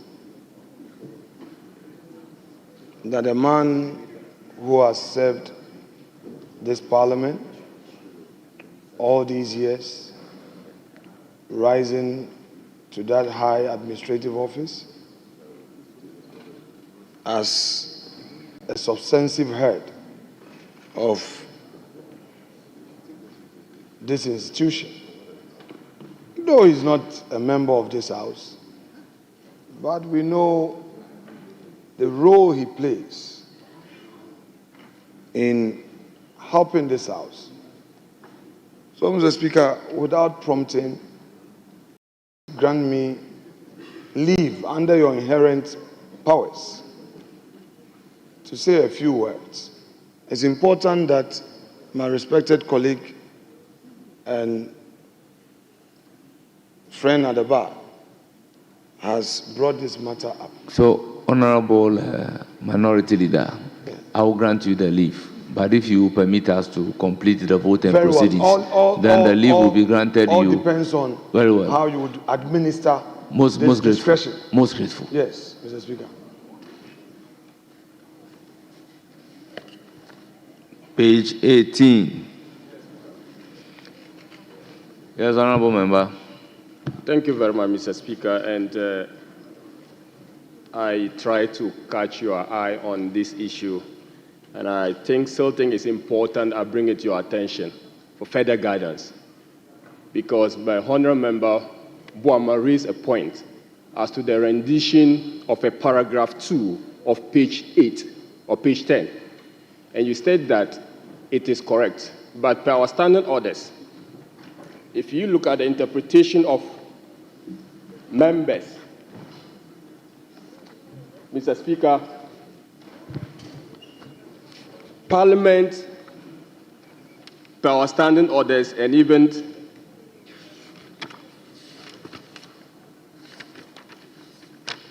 it refers to Parliament of Ghana established under Article 93(1) of the Constitution. And if you read Article 93(1), it says that there shall be a Parliament of Ghana which shall consist of not less than 140 elected members. So inherently, if you say Parliament, you are referring to the members of Parliament as well. And if the member raises an issue that the rendition of Parliament and members of Parliament, he thinks it is problematic, I think you should take a second look at it, because Parliament refers to members of Parliament. I so submit. Thank you very much. So, honorable member, is your view that we don't have Parliament and members of Parliament? Is that your view? Mr. Speaker, my view is that when you say Parliament and members of Parliament, it amounts to, if you like, tautology. And members of Parliament is in specific reference to the people elected. And if going by the standing orders, that would be the reasonable interpretation, Mr. Speaker. So, honorable member, how will you refer to Parliament as an institution? Mr. Speaker, that is why they say the institution of Parliament. And that qualification always comes in when you are referring to the institution of Parliament, to differentiate it from that of the members of Parliament. Thank you. Honorable member, I would urge you to read Standing Order 93(1), Article 93(1), 95(1), and 124(3). Thank you very much.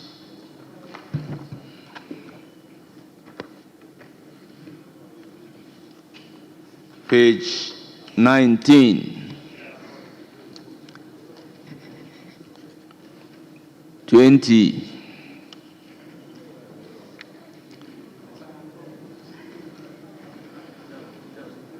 Yes, Honorable Chibete.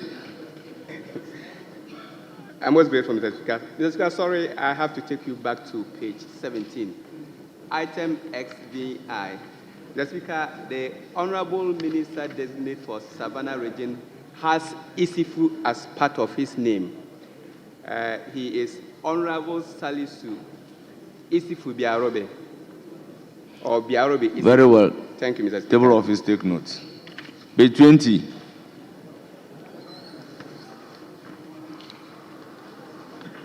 21.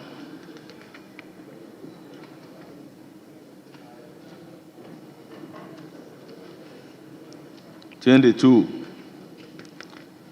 23. 24. 25.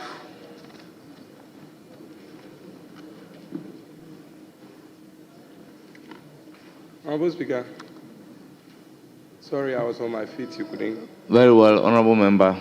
Page 23. Item LXVIII is Togbiga Patamia Jekle.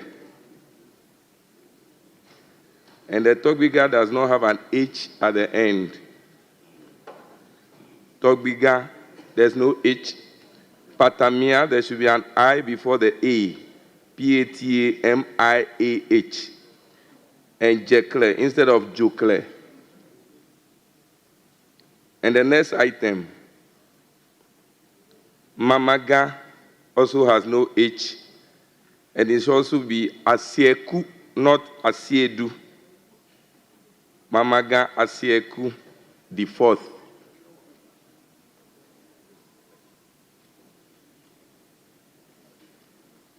Table office, kindly take note. Thank you, Mr. Speaker. Honorable members, very well, majority, Chief Whip. Speaker, on the same page, Tagbi Ababio, the fifth, is actually the acting president of Volo Traditional Council, North Area. And then on the same page, item number IXXX, Ohiniba Efriye, Mr. Speaker, the Benkumhini will have to, they have to recheck the records. It has to be Benkumhini of a certain community or town, but a member of that Tebubu Traditional Council. So the record, they may have to check that for. Very well. Table office check the record. Thank you. Honourable members, in the absence of any further correction, the vote and proceedings. You want further corrections? Yes, Speaker. For clarity, Mr. Speaker, on page 25, the special committee that's been set up. So, Speaker, the mandate, as I understand it, is to look into the events which occurred on 2 specific dates of our hearings, and they appear to be missing. And so I believe that if it should reflect a special committee to conduct a full-scale investigations into the events which occurred at the public hearings of the Appointments Committee on Thursday 30th and Friday 31st, specifically. Most grateful. Table office, take note. Thank you very much. Honourable members, in the absence of any further correction, the votes and proceedings of the 11th sitting, dated Tuesday, 4th day of February 2025, is hereby adopted as the true record of proceedings.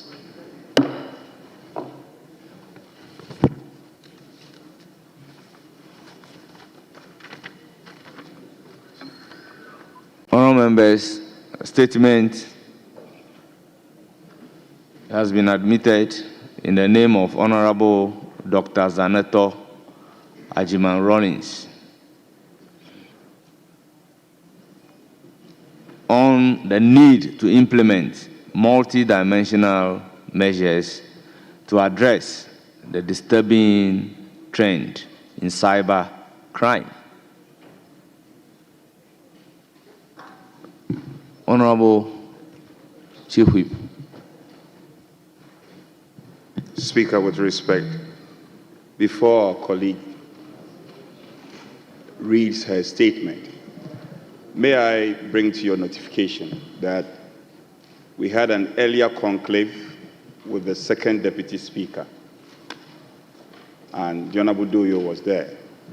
2 issues I had brought to his notification that I wish to raise, same matter, for the House floor. 2 issues. First one has to do with a promise by the leader of the House that on the back of advice given by the Speaker that some matters, even though relevant, shouldn't be discussed on the House floor. We should engage properly at the Committee of the Whole. I would wish to know from the front bench these matters that are very important to us all, not just first-time MPs, but the entire House. And because the leader of government business had... Honorable Minority Whip, hold this. Second Deputy Speaker should be ready to take the chair. Speaker, I wish to know from our colleagues if we can have a confirmation of a Committee of the Whole. To be fair to the leader, respected leader, this morning he engaged me, but he goes beyond me. We have to carry the entire House along on such sensitive and important matters. So I'll need the front bench on our side, the opposite side, to confirm this to us. Then again, on the composition of our committees, we are all aware of the delay. Speaker, let me put on record that on our side of the minority, we are done. We have given the report to the committee clerk. the last time I engaged my colleague, the Honorable Whip, he gave a reason which now is not tenable, and I don't want to go into details of it. The reason he gave now is not tenable. So, and we are aware, you had rehashed 24-hour economy, the relevance of it, even though His Excellency has said that this is not compulsory. 24-hour economy. In the context of 24-hour economy, and we want to support you to prosecute your 24-hour economy. And up to this time, you still haven't submitted your list. So it's not good enough. Our backyard, they are not happy. Colleagues are not happy. The delay is unacceptable, totally unacceptable. And we in the minority cannot be part of this delay any longer. We have done our part, and now that we have taken full responsibility of the powers of the Speaker, I want to further pray you that between today and tomorrow, the committee of selection chaired by the Speaker, you should stand in and call for a meeting for us to give finality to this matter. It's unacceptable. And the government side, Deputy Majority Leader, what are you saying to this? The delay is too bad. It's too bad, and our people are not happy. Our colleagues from the back, everybody is not happy. Is that not the sense? Colleagues, is that not the sense? We are not happy. So, we can't go beyond Friday. We shouldn't go beyond Friday. Respected Whip, welcome to the portfolio. Well, please. Honorable Minority Because Leader, this is my plea. The point and is, it's not injurious. Your point is well made. But they have I to will respond. give the opportunity to them to respond. Speaker, most grateful. Speaker, indeed, we had agreed sometime last week to hold a committee of the whole joint caucus to discuss these pertinent matters. But that did not happen. So, fortuitously today, the joint caucus meeting is captured and is part of the business that we will attend to today. The issue I was hoping he would raise would have been the timing, whether that should happen before members are permitted to take their statements, or it should happen immediately after statement time.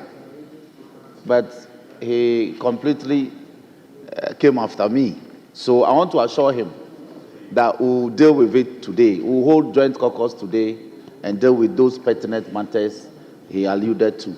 Then two, yes, we engaged. And I told him that I had one final tying of the knots for me to be able to properly constitute my committees. And I'm done. These are my reports. Standing and select. They are ready. And so, you may not be aware this morning, but my work is prepared, it's cooked, it's baked, ready. So I want to assure him that we are also ready with our committees.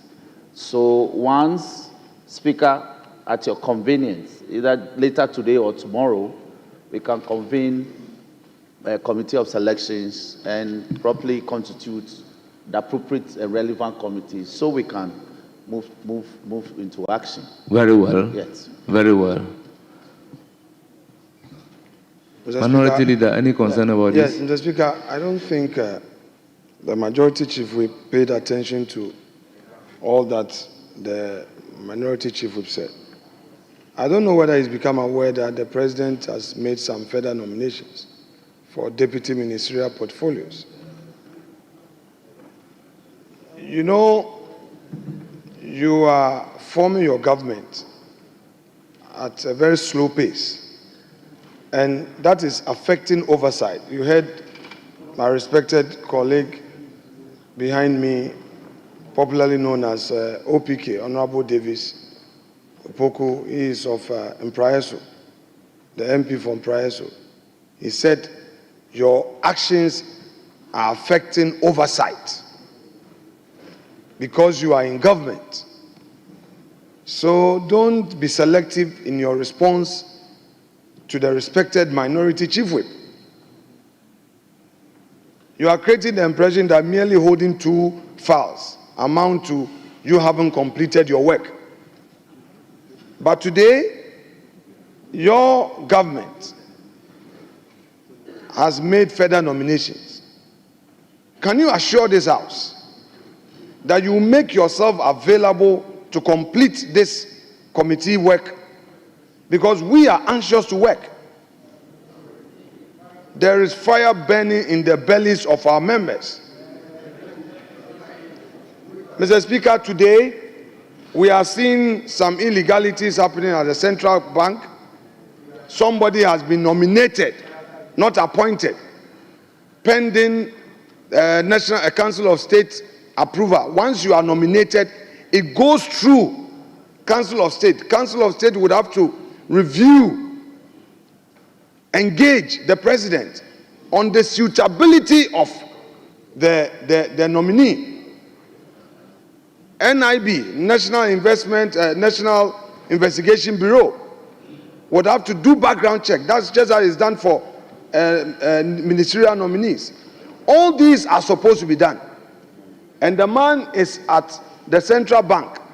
In fact, the new head office, which was commissioned by the previous government, with media, parading himself as a governor of the central bank. How does this parliament oversight when you are disabling parliament from performing its functions? And this is being done by the majority. Mr. Speaker, there are so many appointments flying here and there in the media. The only institution to bring such actions to scrutiny, to scrutinize these actions, is Parliament. We come here, we do public hearing for your nominees, we approve of them, and that is all. What happens to our oversight? And it's all because it is coming from the John Dramani Mahama government. The delay is coming from your government, led by John Dramani Mahama and Professor Nano Opoku-Agyeman. That is what is happening. So the minority leader raised this important matter. The minority whip raised this important matter. And you have decided to ignore him. It is not just a mere matter he's raised. As for the other matter, it is for the entire House. I will not go there. I am interested in the oversight. So, Mr. Speaker, please go to Jubilee House.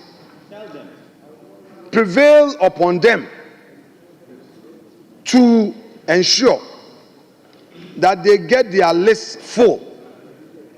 We are also waiting for other nominees. If you look at the Vice President's office, they have appointed so many advisors. So many advisors. We have a Chief of Staff in the office of the President, another Chief of Staff, office of the Vice President. So many political appointees. These are supposed to be fair. Honorable Minority Leader, my information from the Majority Whip is that today or tomorrow the issue will be handled. So I believed we have to allow that opportunity. If the issue is not handled, then we have a cause to complain. Yes, Mr. Speaker, thank you. Mr. Speaker, I agree with you, and you know we always have great respect for the chair and to you as a person. But, Mr. Speaker, to raise an important matter affecting Parliament is a bona fide of a parliamentarian, and that is what I'm doing, so that he takes everything on board as a whole. And that is why I'm trying to draw his attention to the fact that there are other matters of oversight, including certain appointments at the presidency. So many appointments, so many committees are being inaugurated all over the place. The only body to oversight and to ask questions is Parliament, and we do so through our committees. Through our committees. Where are the committees? At the Vice President's office alone, about 15 political appointments. 15 political appointments. Meanwhile, you say you are limiting yourself to 60 ministers. We are not only looking at the optics, we are looking at the entire appointment you are making in this your government, not only 60. Don't confuse us with only 60, and then we are now going to pay attention to the ministers. How many special assistants and personal assistants and advisors you are going to appoint? Honorable members, you will confuse us. Mr. Speaker, I will rest my case. Mr. Speaker, I'll rest my case. Please conclude. I think I've made enough points. Yes, conclude. I will rest my case, but they have to be diligent and do the right thing and heed to the call of the respected minority chief whip. Answer him accurately and give assurance to this house. We are going to hold your feet to the fire. Thank you very much. I will then proceed to recognize Honorable Dr. Zanato Ajiman Rawlings to read her statement.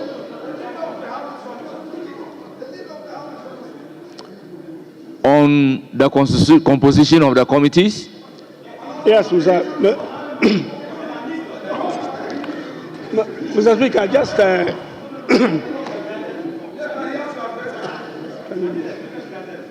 can you sit down, please? Can you sit down?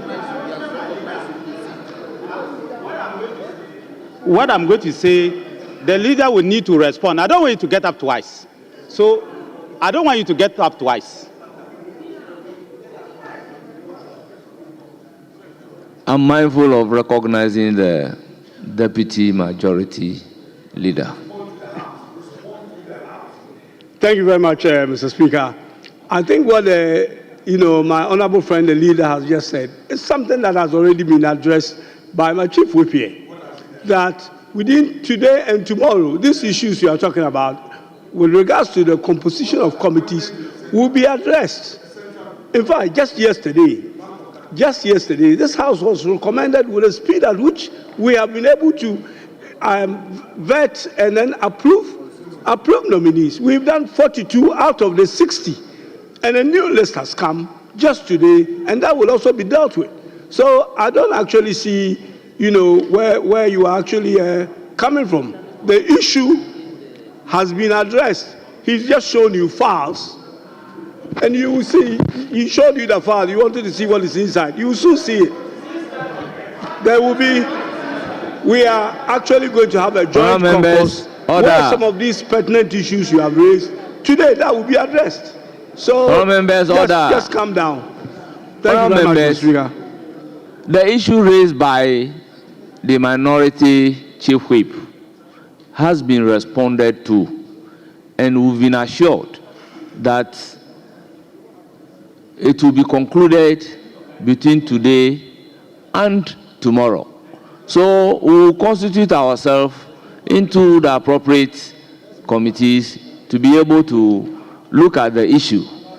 What do you need my guidance on regarding this particular matter? I am very gracious for the opportunity for you to giving me this opportunity to seek your guidance on this very important matter. And I'm happy that both the minority leader and the deputy majority leader raised the issue. You see, we are building a democracy, and we must improve. This House, when ministerial nominees are expected to be announced, it comes to you, the Speaker, first. You read to the public gets to know. Today, Mr. Speaker, the trend is that the names will be leaked to the press before even you get to know. I need your guidance on it, one. And two, if Mr. Speaker, if this list is correct, 15 names have come out. In fact, 16 names have come out, leaving just 2. I am not going to choose for the president. I don't have the audacity, I don't have the gravitas, I don't even have the power to choose anybody for the president. But I find it very odd that the brother of the man who made President Mills the vice president sitting in this house, 3-term member, and he's not a minister. I also find it very odd. Honorable member, the daughter of the founder of NDC is sitting in this house, and she's not made a minister. Honorable Nitiwul. I find it very odd. Honorable Nitiwul, you are out of order. Please resume your seat. Thank you, Mr. Speaker. Thank you, Mr. Speaker. Please resume your seat. Honorable Majority Whip, let's put this matter to rest. Please, let's put this matter to rest. I have ruled him out of order. Kindly resume your seat. I proceed to call on Honorable Dr. Zanato Ajiman Rollins to read the statement.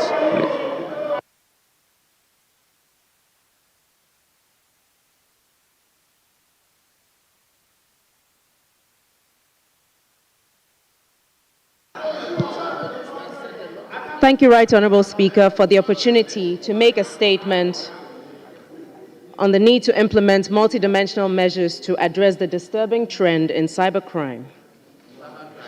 Mr. Speaker, I'm grateful for this opportunity on the alarming rise in cybercrime cases plaguing our society, particularly through social media platforms.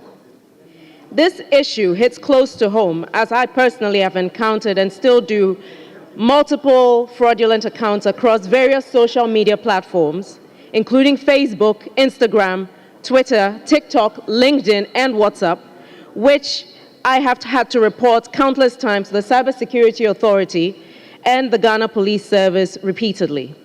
This is in spite of having verified accounts on all aforementioned platforms.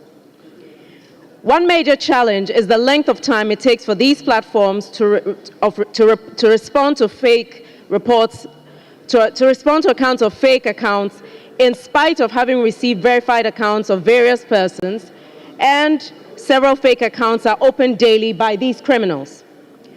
These malicious actors are not only impersonating public figures, but also deceiving and exploiting unsuspecting individuals, causing severe financial and reputational harm. Mr. Speaker, this country needs to be more stringent and targeted with its legislation in place in order to protect individuals on these platforms, and the greater public should have more education on safety online. This disturbing trend extends nationwide, extending and affecting not only members of parliament, but also other citizens. The consequences are dire, tarnishing hard-earned reputations and eroding trust in our digital interactions. Despite commendable efforts by the Cybersecurity Authority and Ghana Police Service, including recent high-profile crackdowns, many of these cybercriminals manage to evade justice, escaping prosecution due to what appears to be a disconnect between the modus operandi of our court systems and the extremely fluid and high-tech nature of cybercrime. There have been instances where individuals, in spite of overwhelming evidence to their complicity in these crimes committed, were released, and equipment which was used in criminal activity containing evidence of same released back to them on the orders of the court. Mr. Speaker, clearly, this would create a scenario where criminals would feel a sense of impunity as they continue to operate on a daily basis, destroying reputations and causing damage to individuals financially and psychologically. Mr. Speaker, addressing this growing cyber fraud crisis demands a proactive and comprehensive approach. Of key importance is enhanced interagency collaboration between the Ghana Police Service Intelligence Unit, the Bureau of National Communications, the Cybersecurity Authority, and other relevant agencies. Effective intelligence sharing and coordinated operations are essential to identify swiftly and apprehend these criminals operating within our borders. Some high-profile incidents in Ghana underscore the need for such advanced technology. For example, the high-profile kidnappings of 2 Canadian women in Kumasi in 2019 and the disappearance of 3 Takoradi girls in 2018 were managed with the use of technology and interagency and some external support, which highlighted the growing challenges faced by these law enforcement agencies. Moreover, Ghana's role as a transit point for drug trafficking, particularly cocaine and heroin, has been well documented. And in 2022 alone, the Narcotics Control Commission seized a staggering amount of 59,900 kilograms of illicit drugs at our ports, emphasizing the need for enhanced surveillance tools to combat organized crime. Mr. Speaker, I'm mentioning these examples because of the pivotal role that the internet and mobile devices have played and continue to play in serious transnational crimes. and the need to appreciate the direct link between cybercrime and organized crime, drug trafficking, armed robbery, transhumance, but to name a few. The reality is that cybercrime and cybercriminals exploit mobile devices for a range of illegal activities, including phishing, fraud, identity theft, amongst others, necessitating proactive measures to protect our citizens, which brings me to the technology required to monitor and investigate and ultimately arrest these criminals. Given the novelty of this trend of criminality, the establishment of specialized cybercrime courts to be presided over by judges proficient in digital law and cybercrime would be of immense benefit. The mandate of such courts could be to expedite trials and ensure thorough adjudication of complex cyber cases. This would have the combined effect of empowering the Ghana Police Service to fully invest time, money, and human resources towards the investigation of cybercrime, as well as serve as a deterrent for criminal elements, ultimately protecting our citizens and providing justice for those seeking redress. Mr. Speaker, alongside strengthening legal frameworks, we must invest in enhancing the technological capabilities of our law enforcement agencies through, for example, the acquisition of an IMSI catcher tactical van for our police service. This essential piece of equipment, which is effectively for use in combating cybercrime and armed robbery as well, is called the International Mobile Subscriber Identity Catcher, and is a sophisticated device designed to intercept mobile phone signals, enabling law enforcement to track and monitor communications. When integrated into a tactical vehicle, it becomes a mobile unit deployable wherever needed, greatly amplifying our surveillance and investigative capabilities. It provides real-time tracking and interception capabilities crucial for apprehending criminals swiftly and enhancing public safety by reducing response time to incidents. Furthermore, it facilitates the gathering of admissible evidence, thereby strengthening our legal case against offenders and improving law enforcement. However, I do hasten to add that the application of such intrusive technology raises the very legitimate concerns about privacy and the need for strict regulations and oversight of agencies to prevent misuse, ensuring compliance with existing laws, and safeguarding civil liberties. These are important checks and balances to prevent the abuse of power, provide transparency and accountability in the gathering and use of intelligence. Law enforcement experts and cybersecurity professionals generally endorse acquisition of such assets, reflecting widespread support for enhancing police capabilities among the public. This technology, I reiterate, is essential for bolstering our police services' ability to combat evolving threats of cybercrime and armed robbery, thereby securing the safety and security of our citizens, with the proper legal framework and oversight in place, of course. This integrated approach will enable real-time intelligence sharing and proactive responses to criminal activities, aligning our strategies with global best practices. I would therefore like to end my statement by summarizing a few recommendations. Number one, that the greater interagency collaboration and coordination, particularly the Ghana Police Services Intelligence Unit, the Bureau of National Communications, and the Cybersecurity Authority.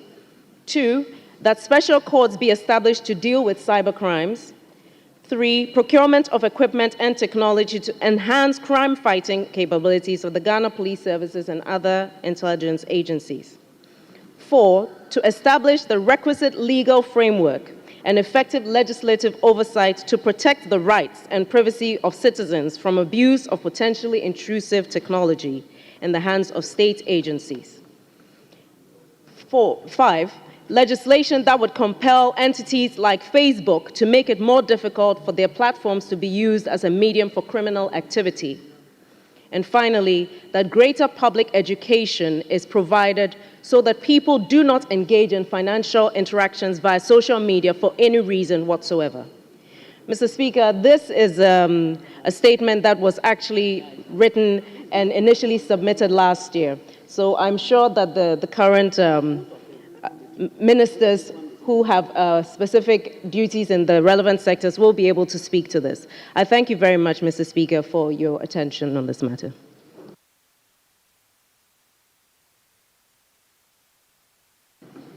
Honourable members, I'll give you the opportunity, but I want to invite Honourable Kennedy Osenyako to also read the statement, which is almost similar, so that we discuss it together. So, Honourable Member for Aguna Swedru, Akim Swedru, yes, let's listen to you as well, so that Thank you, Mr. we Speaker. take the comments together. Thank you, Mr. Speaker, for the opportunity to make this very important statement on exploring the synergies between technology and digitalization to enhance revenue mobilization effectiveness. Mr. Speaker, I rise today to deliver this statement on exploring the synergies between technology and digitalization to enhance revenue mobilization effectiveness as we approach the reading of the budget for the 2025 fiscal year. Mr. Speaker, economic transformation has been at the core of development planning in Ghana, and revenue mobilization remains a prerequisite for the effective implementation of government policies, plans, and programs. The above perspective boils down to the ability of the Ghana's tax system to generate the needed resources to fund projects essential for resilient growth trajectories. Indeed, the unreliability of aid flows, the long-term growth implications of concessional loans means that government of Ghana is left with the option of strengthening domestic revenue mobilization effort. Mr. Speaker, since the mid-1980s, Ghana has reformed its tax institutions to reduce its dependence on aid. Despite this reform, Ghana domestic revenue mobilization remains low. The Ministry of Finance, on October 10, 2024, published an updated survey of the Ghana tax system, produced jointly by the Center for Tax Analysis in Development Countries. Mr. Speaker, this survey provides information on Ghana's tax system as of January 2024 at 13.8% in 2022. Ghana tax to GDP ratio remains below the government target of 18 to 20% by 2027. Though this ratio is almost 6% point higher than in 2000, it continues to fluctuate. It has made marginal gains since 2017. In 2018, Ghana was one of the 7 countries in sub-Saharan Africa whose tax to GDP ratio stood below 15%.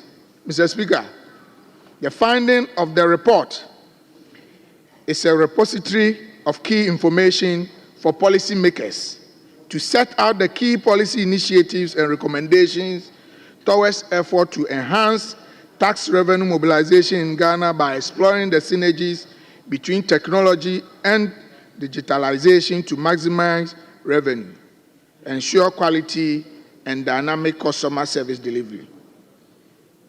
These measures to be delivered by Ghana Revenue Authority are necessary to meet the government medium-term revenue strategic objective of 18 to 20% revenue to GDP ratio by 2027. Mr. Speaker, in the last 2 decades, the Ghana Revenue Authority has embarked on a new approach focused on the digitalization of tax transactions. The goal is to cut down on in-person transactions in tax administration, making the process faster and more cost-effective for both taxpayers and tax officials. To achieve this, most domestic taxes are now managed online. In 2019, the Ghana Revenue Authority introduced the Integrated Tax Application and Preparation System to make these transactions smoother. Mr. Speaker, this system provides an easy use of online platform where taxpayers can directly engage with tax officials, simplifying the entire tax process. Mr. Speaker, data for the Ghana Revenue Authority annual report gives evidence to suggest that the movement of revenue mobilization activities from manual processes to digital platforms is leading to some gains. The GRA's revenue performance over the last 5 years has shown steady improvement, underscoring the impact of digitalization on Ghana's tax system and administration. 2020, Mr. Speaker, Ghana made a revenue of 45.5 billion. In 2021, Ghana made 57.43 billion. In 2022, Ghana made 75.34 billion. In 2023, Ghana made 113.43 billion. In 2024, Ghana made 153.5 billion. Mr. Speaker, this is a record-breaking milestone driven by digitalization. Over the past 5 years, the Ghana Revenue Authority performance has increased from 45.5 billion to 153.5 billion in 2020, a remarkable 237.6% surge, largely driven by digital transformation. Mr. Speaker, it should be noted on record that over 70% of revenue in 2024 came from digital platforms. Mr. Speaker, digitizing Ghana Revenue Authority operation, surge revenue performance, and this should continue with even greater investment in digital technology to ensure the effectiveness and operations of the Revenue Authority. Digitalization is the engine of economic growth, and the World Economic Forum affirmed this in their 2025 report. Mr. Speaker, I will encourage the Finance Minister and his team to continue effort to digitalize domestic revenue mobilization for effective implementation of government policies, plans, and programs. Mr. Speaker, I thank you for giving me the opportunity. Thank you. Thank you very much. 1, 2, 3, 4, 5. Anyway, let me begin with the fresh minister designate. If it's not been ushered in, so it's still a designate minister. And the area of the statement relates to his outfit. So, Honorable Sam. Speaker, just a small guide, because the statements are, I'm assured that there's a third one. Yes. So we want to, by way of guidance, we'll take 2 contributors each, and then, so 6 in all, in respect of the 3 statements, so that leadership will conclude at the end of the third one. Well noted. We'll look at it. Yes, Honorable Sam George, may you begin with the discussion. Thank you, Honorable Speaker. Yes. Let me commend both makers of both statements, the Honorable Dr. Zanator Ajuman Rawlings and Honorable Kennedy Nyakwose. Mr. Speaker, even though both statements have to do with technology, they look at 2 completely different sides. Zanator's statement speaks about cybersecurity and misinformation, while Honorable Kennedy Nyako is looking at improving our tax collection using technology. Let me just start by making a quick correction on Honorable Zaneto's statement. She makes reference to the Bureau for National Communications. This House amended the Securities and Intelligence Agencies Act. And so now we no longer have the Bureau for National Communications. We have the National Signals Bureau, which took over from the BNC. But, Mr. Speaker, let me state that the point she makes, I want to believe everybody in this House, the 275 members in this House, have suffered an issue of impersonation online, either with a fake Facebook account or a fake TikTok account or Twitter account. In fact, just this morning, I had to deal with a case of someone impersonating me and offering immigration jobs. Mr. Speaker, let's use this opportunity to state emphatically to the people of Ghana that no member of parliament or minister of state will reach out to you on social media to offer you a job. Any such approach is a scam. So please, public sensitization is critical. And once we have the media here, I think it's important that we make this point known. Mr. Speaker, however, at the ministry, one of the key things we're going to be looking to do in the next few weeks is to strengthen our multilateral and bilateral arrangements using our focal persons. Most of these platforms are external. The Meta platform is external. We've already started conversations with the focal persons for Africa and West Africa specifically for us to be able to do some kind of consultation. Because, Mr. Speaker, sometime 2 years ago, personally, I reached out to the contact person, and Facebook, over a 24-hour period, took down 25 fake accounts in my name. In another 48 hours, I identified another 40 accounts. So Facebook takes it down, you complain, a new one is put up. And what even worries most members is when you complain to Facebook, even when you have a verified account, Facebook writes back to you and tells you they can't take down that post. Those are things that we need to look at as a country. But, Mr. Speaker, I think that this goes beyond Ghana. And we need to Ghana needs to lead the charge for Africa to have a proper data protection regime. Because it's one thing Ghana as a country speaking to Meta as a multinational, that's worth trillions of dollars, and it's a different thing when Africa is speaking as a collective voice. Because Europe, even as a continent, doesn't deal with these tech platforms as individual countries. The GDPR is a Europe-wide regulation that has the weight of all European countries backing it. And so we need to have at least an ECOWAS framework or an AU framework that will then compel Meta. Because, Mr. Speaker, even if you were to issue a summons for Meta to appear before this Parliament's Committee on Communications, I doubt that you'll be able to summon anybody to appear before this committee. However, the US Congress is able to do that, and the EU Parliament is able to do that because of their collective weight.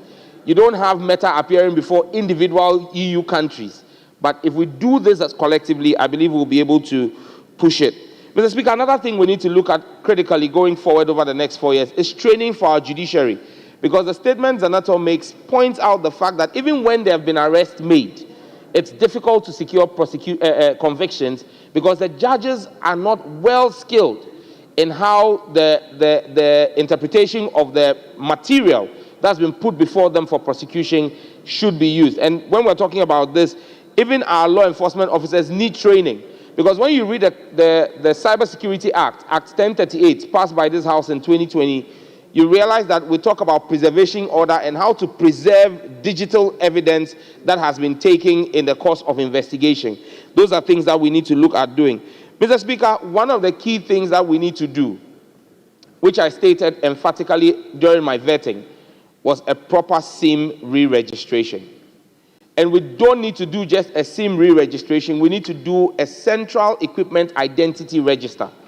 Because, Mr. Speaker, today, if you complete a SIM re-registration and you even block the SIM, they can simply move to another phone and use that phone. But if you have a central equipment identity register and it is locked with the SIM card, Mr. Speaker, when we block the SIM, and most members know when the fraud is done, they are asked to pay money to a certain series of numbers. When you block the SIM card and you block the device as well, it makes it difficult for that person. It means for that person to perpetrate fraud again, they need to go and buy a new phone and do a new SIM registration. And once we block the SIM, we also have the Ghana card that was linked to that registration. That Ghana card is barred on all the networks from doing any new registration of SIM cards. Mr. Speaker, it's a tall order, but we are focused on doing this over the next 1 year, and I crave the indulgence of members of this House and this House as a whole to back the Ministry of Communications, Digital Technology, and Innovations when we begin this process to clean up this space. Mr. Speaker, Honorable Senator makes a recommendation on getting an IMSI vehicle and handing it over to the Ghana Police Service. I'm happy that in her own statement she makes reference to the fact that many people are worried about what such technology in the hands of law enforcement can become. I would urge that even if we decide to go down that route, we should rather hasten slowly and put that equipment in the hand of the Cybersecurity Authority. The Cybersecurity Authority is still tailored as a civilian institution. When you put this in the hands of fully law enforcement of institutions, Mr. Speaker, our safety is at times questionable. Mr. Speaker, the ministry will be coming again to deal with the issues of mis- and disinformation with legislation to this House. And I will urge members of Parliament to support it. Because, Mr. Speaker, even in this chamber yesterday, there was misinformation. In fact, in the past 1 week, this House has carried out business on 2 occasions on the back of misinformation. The Appointments Committee of Parliament had to deal with an issue of mis- and disinformation when it invited Oliver Bakavomawo, because there was no authentication of what the committee put before him as his own post. Meanwhile, it was doctored. Yesterday, the Honorable Member for Damongo, Honorable Abu Jinapo, made reference to a photo that had been altered and digitally created on the floor of this House. It's important that we take misinformation and disinformation seriously and deal with it once and for all, and crack the whip and make sure that persons who are actively engaged in this face the full rigors of the law. And Mr. Speaker, with your support as Minister, we will bring legislation to deal with it.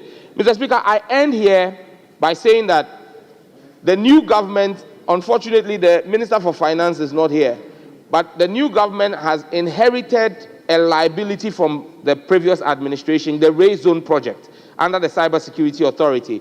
The outgone Finance Minister is in the room here. The government owes about $38 million that should have been paid for us to complete the Cybersecurity Authority building and deploy the technology, Race Zone technology. That would have helped us a long way. They failed to do it. I'm hopeful that under the Mahama administration, we will complete that building, and that will lead our fight to protect the people of our country. On tax revenue, I think that it is a given that technology will continue to drive our tax revenue increases if we invest in it. I thank you, Right Honorable Mr. Speaker. Thank you very much. Let me now turn to Empraeso. Thank you very much, Mr. Speaker, for the opportunity to contribute to the 2 statements ably made by my good sister Zenato, Dr. Zenato, and soon to be Dr. Kennedy Osenyako. Mr. Speaker, just like the Minister Designate for Communication pointed out, the 2 statements, at the heart of the 2 statements are issues of digitalization. But you see that they completely vary in terms of reach. Mr. Speaker, I have had several instances where people have created fake Facebook accounts in my name. I mean, it got to a point where I had to issue disclaimers on my Facebook, on my social media platform, saying that if you see any social media account in my name without the verification tag, without the blue tag, then it means that I'm not the one. And I would want to join the chorus as the Minister Designate for Communication said.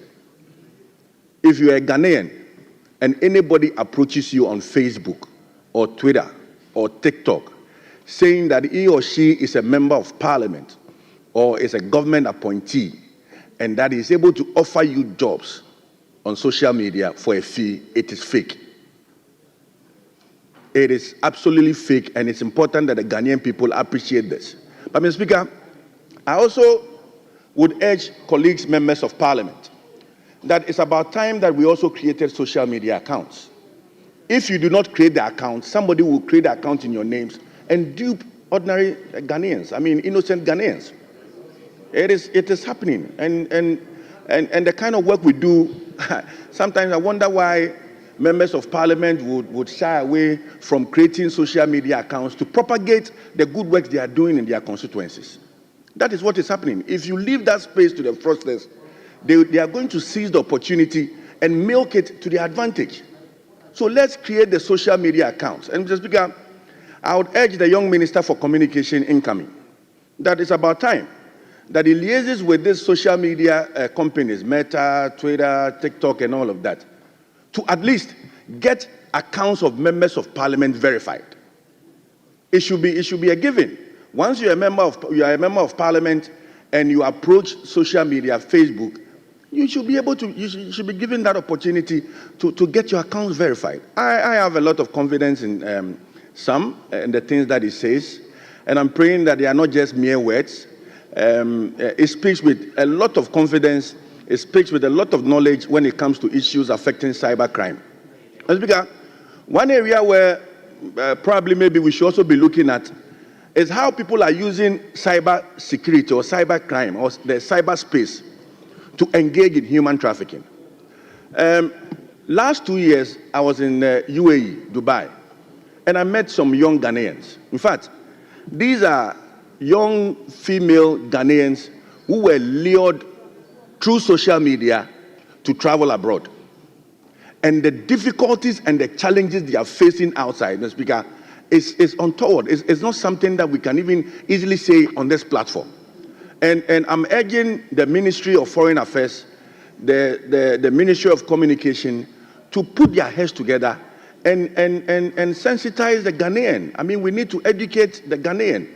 I know that the police unit, the immigration unit are setting up units to educate people, and people are even being stopped at the airport. But we need to do more. We need to invest in that space and importantly, even help our young girls who have engaged themselves or they've been involved in this cybercrime or they are victims of cybercrime. We need to bring them back home. It is difficult. Sometimes when they overstay or when they get to the UAE, their masters, those who sponsor them, seize their passports. They seize their passports and they are unable to come to Ghana. So once the visa expires, then I think the UAE government has a policy where every day when you spend a day in UAE, you are charged a fee. So it piles up, and these young girls are left at their own mercy. Sometimes when they get the opportunity to come on social media, then we see videos of them even eating from cans that dogs are feeding from. It is something that we ought to arrest as a people. And so I'm happy at the maker of the statement. And Mr. Speaker, in touching that of my good friend Kennedy Osei-Nyako, we have social media, we have Facebook. Last year during the election, I was paying Facebook to promote my page. Mr. Speaker, in doing so, they charged me VAT as part of the services. They charged me VAT. Then one day, the GRA came to the Public Accounts Committee. Then I questioned them that are you able to collect these taxes that the multi social media companies are collecting for and on behalf of the state? They said no. They do not even have the mechanism to collect these monies. So whilst we are adopting digitalization in revenue collection, we are also having difficulties in getting these monies back to their state. And I'm urging the new Minister for Finance, the Minister for Communication, to put their heads together. We need that money. Once they have taken my money, Facebook sitting in America cannot, for want of word, chop my money.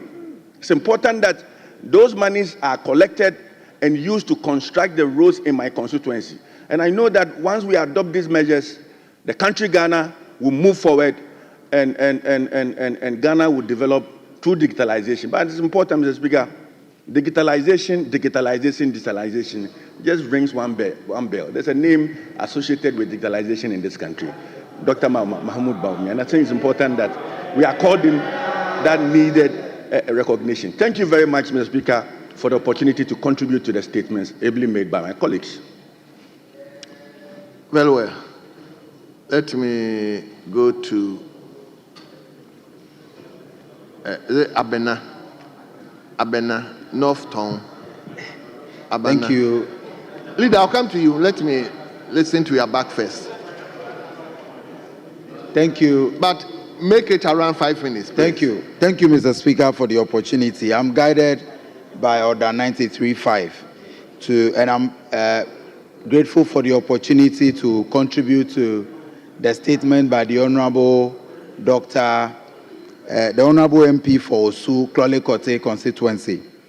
Mr. Speaker, it is no doubt that social media is a powerful tool for communication, but it has become a breeding ground for troublemakers, for fraudulent activities, and all of us are victims. Mr. Speaker, a simple search on Facebook a few minutes ago revealed that I have about 28 different accounts created in my name, despite taking steps to verify my accounts, and on a monthly basis, I pay for the verification.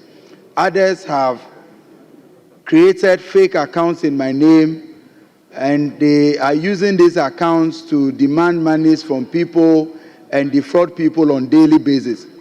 But Mr. Speaker, what is surprising is the fact that all these fraudulent activities are successful only when monies are sent to the fraudsters through a mobile money account. And we know for a fact that a couple of years ago, the Ministry of Communication and indeed the government of Ghana embarked on an agenda to ensure that every Ghanaian registers his or her SIM cards. And we're asked to register these SIM cards with our Ghana card. And the explanation they gave us was that as soon as you register your SIM cards with your Ghana card, every information about you is available to the state. It means all your data is available for the state.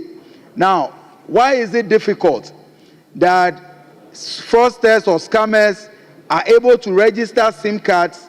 They use these SIM cards to perpetrate fraud, and it is very difficult to arrest the individuals behind these accounts, where if indeed they also registered for the SIM cards using their Ghana card. Number two is the fact that in all of these activities of fraudsters using social media to defraud people, they basically play on the vulnerability of the people, especially in the area of jobs. I want to plead with the media and all stakeholders, like the Honorable Minister for Communication designate said, it is important for all of us to understand that no minister of state, no member of parliament, or government official will use social media platforms to demand money from you in order to give you jobs. But that means that we must embark on an aggressive digital literacy and public awareness. Mr. Speaker, the media should partner with us to do this, because a couple of months ago, a family walked into my house and they came to demand for a job. According to them, they paid using an account that had a conversation with them, promising them a job. All of us are at risk, and all of these things goes to affect the credibility of politicians or political leaders. The media and all stakeholders must see this issue as a national security issue, and as a matter of urgency, all of us must do our very best to ensure that we address this issue of cyber crime. Thank you, Mr. Speaker, for the opportunity.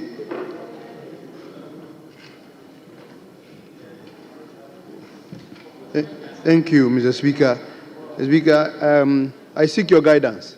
I am not really and truly contributing, but there was a point that was made by the freshest communication minister. He said that the House conducted business on the back of misinformation. and then cited Oliver Barker-Vormawor. The Speaker, just for the purpose of records and Hansard, I just wanted to make Honourable sure. Member, Honourable Member, I gave you the floor to comment on the statement. Yes, Mr. Speaker, it is important for the records and the media, like we are talking about social media. It is very important that Oliver Barker-Vormawor was confronted with two documents. One, he admitted posting or commenting to save. The other, he denied. That is just the point for the purposes of the record and Hansard. Because, Mr. Speaker, these our friends and colleagues are very, very active on social media. And the next moment and next minute, you see them writing something about what the communication minister said, and then it will degenerate into something else. So I just wanted to put this on record, that there was two, one he admitted, the other one he alluded to somebody else, not coming from him. Thank you, Mr. Speaker. Very well. So then I'll come to, his is not a comment, he was more or less, so I'll give the floor to former Minister for Finance. Thank you, Right Honourable Speaker, for the opportunity to contribute to this important statement made by the Honourable Kennedy Osei on the role of digitalization in improving on revenue performance. Digitalization really has come to stay, and the contribution of digitalization towards enhancing revenue performance, both in the area of revenue collection and also in the area of compliance, is evident in the numbers that we see in our revenue. Some of the measures that were implemented to improve revenue collection using digital solutions well known to us. Mr. Speaker, we have, for example, the Ghana.gov payment platform, the electronic invoicing for VAT, what we call eVAT platform. Then we also have ICOMS. These have all contributed to raising the levels of revenue that we have collected. On page 2, and I think paragraph 4 of the statement, the maker of the statement made reference to the tax dev research done by the Institute for Fiscal Studies, which indicated that as of 2022, the tax to GDP ratio was about 13.8%. Mr. Speaker, he also alluded to the fact that this is far below the 18% we are supposed to be achieving by 2027. I would like to report that over the last 2 years, the government has achieved so much to the extent that we are very close to achieving the 18% before even 2027. As of the end of last year, 2024, tax to GDP ratio was 17%. We took it from 13.8% in 2022 to 17% as of December 2024. That's very significant, and that is moving from 75 billion Ghana cedis to 154 billion Ghana cedis. So through the efforts of the government and the measures that we implemented, the digital platform, the digital solutions that we implemented, we managed to double the revenue collection from 75 billion Ghana cedis to 154 billion Ghana cedis. And that brought our tax to GDP ratio to 17%. I want to invite the minister, the new minister for finance, to continue to pursue these policies and measures to achieve the tax to GDP ratio of 18% this year, and not 2027. Because that is possible, that can be done. If we've done it from 2022 to 2024 by about 3.2 percentage points, then it should be possible for them to achieve it if we have to do 1 percentage point this year. Mr. Speaker, making tax digital requires a number of measures. One is the faceless tax assessment and filing of taxes. 2 is to ensure that businesses and individuals keep digital tax records. And the third one is to simplify tax audits in order to improve on the compliance. And this is what the ITAS referred to in the statement is intended to achieve. I again want to encourage the Minister for Finance to give more attention to the implementation of the ITAS in order for us to achieve these objectives and ensure that we collect more revenue to support the implementation of the budget. In doing this, I also want to encourage the government to ensure that we source digital solutions from the local market. There are local fintech companies that are producing solutions that we can use to achieve our digital objectives. These local fintech companies have been used over the last 3 years, and we have been able to implement those solutions they have produced to bring us this far. I want to encourage them also to come out with a policy, a local content policy that will guide the utilization of local fintech companies rather than sourcing these solutions from abroad. Mr. Speaker, by now we all understand the role digitalization can play in the economic advancement of our country. President Mahama alluded to this at the Africa Prosperity Dialogue when he said that digitalization is critical for Africa's economic transformation. And this is just a vindication of what the Venerable Dr. Mahmoud Bawumia has been pursuing over the last 3-4 years to ensure that digitalization becomes a vehicle for the advancement of the Ghanaian economy for the benefit of the people of Ghana. And so I thank the maker of the statement for this very important statement. And I thank you, Mr. Speaker, for the opportunity to contribute to this discussion. Thank you very much. Yes, let me look at. Thank you very much, Mr. Speaker. Your name? Emmanuel Kwekubuam, Pro East. Very well. Yeah, I want to contribute to the statement made by the makers, honorable members of our colleagues, honorable members of this venerable house. In fact, when you look at this particular issue, it is an issue of great concern. First, to tackle how we can use digitalization in increasing revenue for government and even for the state. You see, whenever we look at some of these things, we talk about government.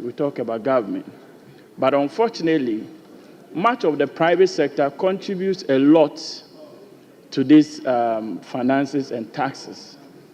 You know, we got ourselves registered into SIMS and believing that every business, once you are registered, you have an account that you deal with. Your bank account, your telephone number, and then your business registration. Even at a point, our Ghana card was used as a TIN, that's your tax identification number.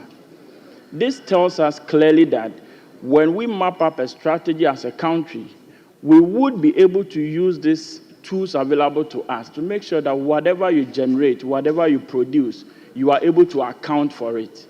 Why is government not realizing full potential of our taxes? It's just because there is so much variance between what we earn, what we declare, and what we pay to government. And using technology, this can easily be breached. And there's so much responsibility on the communication ministry to make sure that they bridge that wide gap between what we see, what we do, and then what we earn as a state. To talk of cybersecurity is something that we all need to pay so much attention to. It is more or less becoming like an organized crime. When you look at the people involved, these are young guys who are recruited. And what they do is that most of them, they are people who go onto their system, clone the data of honorable people or members, and there are some that engage in direct calling. So they call you to find out exactly what you are doing. And there are those who also use your identification or your details to tell people that they are impersonating or they are the real people whilst you are being impersonated. Unfortunately, there seem not to be direct guidelines as to how these things should be kept. I was happy when Honorable Sam George made the point that he's going to lead another regime to make sure that we have some form of legislation to some of these things. The youth today are using unemployment as the benchmark for what they are doing. Unfortunately, they have that courage, that audacity to go about calling you and telling you that should they not do this, what do they do for a living? And I had an encounter with one of them after talking to him for severally. He said, boss, if we don't do this, how do we feed ourselves and our families? So you can imagine the level at which our young guys are taking this thing. And it is more of a social security. It is more of a national security. And this is something we should look at it collectively as a nation. Thank you very much, Mr. Speaker. Yes, let me give the last opportunity to the former Education Minister. Thank you, Mr. Speaker, for such a wonderful opportunity. Mr. Speaker, I want to commend the maker of the statement on cybersecurity, Honorable Dr. Zanetor Rawlings, for speaking to the cybersecurity challenge that we face as a nation. Mr. Speaker, with increased digitalization, it's not surprising that we have challenges in the space of cybersecurity. Mr. Speaker, I want us to also begin to look at the opportunities presented to us. Opportunity presented to us to improve education in this area at the high school level and at the university level. Mr. Speaker, in the United States, it's estimated that 500,000 cybersecurity jobs have gone unfilled, and it may go unfilled for years to come. Around the world, there are 3 million cybersecurity jobs that are waiting for people to be trained to fill them. The opportunity we have as a nation is begin to look at the education system. At the high school level, last year, through the high school curriculum reform, cybersecurity content as a coursework was introduced. At the universities, we have to find a way to incentivize our universities to introduce courses in cybersecurity. We also have to begin to look at industry certification in the cybersecurity field. It may not just be enough to have an IT course at the university meeting this requirement. How are we preparing our youth to meet world standard requirements in areas like CIS cybersecurity, certification, CompTIA, network security? There are many industry certification programs at the world stage that our youth, when they get certified, can get jobs and work in that field even remotely. So as we look at the challenge, we also have to look at the opportunity the cybersecurity threat poses and actually contain and give us and begin to take advantage. I think this is where the Ministry of Communication and Digitalization, Ministry of Education, Ministry of Finance can collaborate to create grant programs that incentivize universities to create cybersecurity courses, that incentivize high schools with laboratories to also train students in cybersecurity.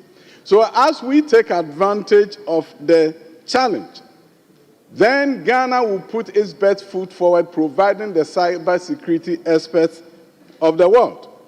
And I think that's an area that we need to take notice of. We also have to congratulate institutions that are doing this. I want to take this opportunity to congratulate Wisconsin University College with its Chancellor, Professor Paul K. Finn, for introducing a cybersecurity course at their universities. Other public universities can take a cue and follow suit, so that when we talk about the challenges posed by cybersecurity, we are also going to be able not just providing a legal framework for combating the menace, but we're also going to provide the people with the expertise to deal with challenges posed by cybersecurity. So as we confront the challenges, let us look at how we take advantage of cybersecurity threat as an opportunity and train the masses of people that will just not meet the needs of Ghana, but meet the needs of the world. Mr. Speaker, thank you for this opportunity. Thank you very much. Honourable members, we will bring close to the first statement. Leadership. You want to comment? Yes, okay. I'm obliged. Yes. Minority leadership. Mr. Speaker, thank you very much. To add our voice to the two statements being made, both by Dr. Izinato and then Honorable Nyako, my partner from the Western region. I'm duly informed that that is his maiden statement on taxes. Mr. Speaker, I believe that the issues are clear.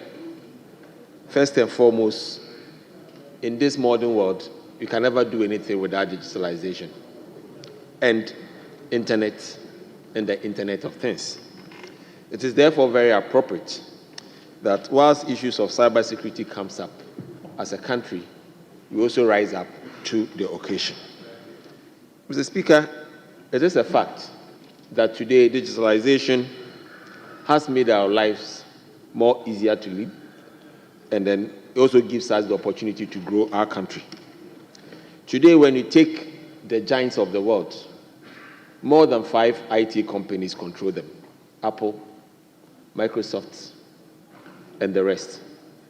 And therefore, I believe that now that we are talking about cybersecurity, we should also be looking at the education we give to our children and the general population in general. Mr. Speaker, these days, if you are an MP, you should understand that you are not free. Every day, you see in your inbox, Minister, MP, your PA took money from us that we should pay 200 Ghana cedis to be employed at the military or the police or immigration. Clearly, it shows that there's an information gap and the expectations that come from our own people. I have consistently said that our education will be incomplete if we don't start teaching critical thinking in our schools.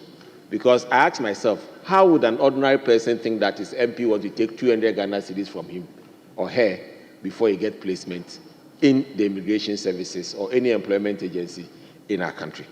So I believe that is number one. Two, we should also understand that we've made so many laws to curb the incidents in the internet or the digitalization space. We even have the Data Protection Agency, we have the Police Services Act, we have the Data Protection Act, we have the Electronic Transaction Act. We have a lot of laws, and for all these laws, there are sanctions attached to them.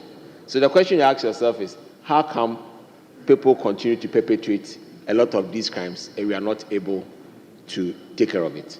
Mr. Speaker, I do believe that it is time that these agencies become robust in dealing with people who are cited for such fraud, who are cited for such cyber security breaches, so that this country can see some calm and also encourage investors into our country. As we speak today, a lot of payment companies like PayPal still do not allow Ghanaians to fully use their services to purchase online across the globe. There are certain services who are still not even here in Ghana, like Amazon. They are still not in Ghana. They just recently moved to South Africa, clearly showing that there's something amiss when it comes to cybersecurity and fraud being perpetrated on the internet. It is for this reason that I believe that the new minister, who has been in the system for some time, will look at this area not just as an intelligence issue, but also as a way of life of Ghanaians, so that Ghanaians will have that full confidence to move a lot of their activities online to also get the benefit thereof. Going forward, Mr. Speaker, on the tax administration, I've had the responsibility some time ago as the Finance Committee Chairman of the Metropolitan Assembly of Sekondi Takoradi. We never increased any rate. We just digitalized, and our revenues moved within 6 years by 1,000%. So I'm clear in my mind when Honorable Nyako made it clear that we've been able to increase our revenues through digitalization. And I think that that is the way to go. Unfortunately, it is only in Ghana that when government moves services online, then people get annoyed. In fact, I remember when we came to power, immediately they moved the scholarship secretariat online. People started complaining. How can we benefit? It's online. We are not getting anything. Immediately they moved the YEA online, people being very reluctant to go and fill the forms. So I believe that we need education. We need to educate our people and let them see the real benefits of these interventions that government is putting in place. Because for us to move our revenues from 45 billion to over 150 billion through digitalization, I believe that that is clearly the way to go. In fact, recently in my region, we introduced what we call the e-tankers. We're trying to do this sanitation model with digitalization. And all of a sudden, the assembly started increasing revenues because of the ability to actually capture nuisance, sanitation nuisance online, and they're able to increase their revenue. So I believe that from what Honorable Nyako have said, it is also appropriate that we also look at the issue of financial literacy in our schools. A lot of Ghanaians don't seem to be abreast when it comes to issues of finance. And therefore, we find it difficult to understand ourselves even in paying the taxes to start with. In fact, in this house, I've made mention that when it even comes to the issue of asset declaration, every Ghanaian should declare his assets so that people don't move assets from one place to another. But when you say it, people will start telling you that, hey, why are you trying to go there? But Mr. Speaker, there should be a basis. There should be a basis so that we can all understand that paying tax to the state is good. And therefore, the suspicion amongst ourselves will also... I said declare it. I didn't say make it public. I said declare it. If you declare it, it's good. So people can move assets across.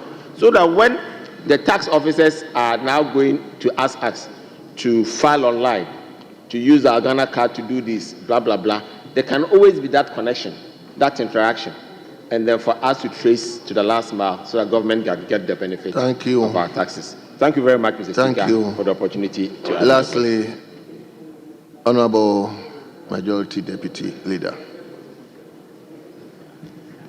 Thank you very much, Mr. Speaker, for the opportunity to contribute to this very important statement made by my able friends, Honorable Senator Rawlings, and a similar statement made by Honorable Kennedy Osei-Nyako. Mr. Speaker, cyber crime cases have indeed become very alarming. It is not just peculiar to Ghana, but actually it's a global thing. And it looks as if the technology is ahead of the regulation. Mr. Speaker, we have a lot of regulators who are actually technocrats and not practitioners in the technology or the digital world. And therefore, they have challenges in actually being able to keep up with the people who are perpetrating this type of crimes. Mr. Speaker, some of the recommendations that Honorable Senator Ajiman Rawlings had made here are very important. Mr. Speaker, we need to have the kind of equipment.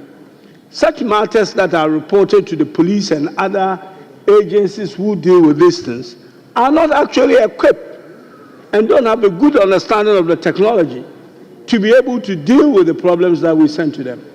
And these platforms that have actually become, they are quite numerous. You know, you talk of the TikToks, the Twitters, Facebook, and what have you, are not actually being as responsible as they should. And they are being taken on by the mighty countries like the United States and Europe and others. But in Africa, we don't actually have the strength to take these platforms on. Therefore, the service that are provided to us are not as good as other people get elsewhere. Because in other countries, there are penalties that these institutions pay to government.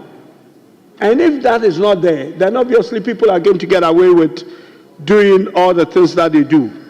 It is difficult, and I'm sure it has affected a lot of people here.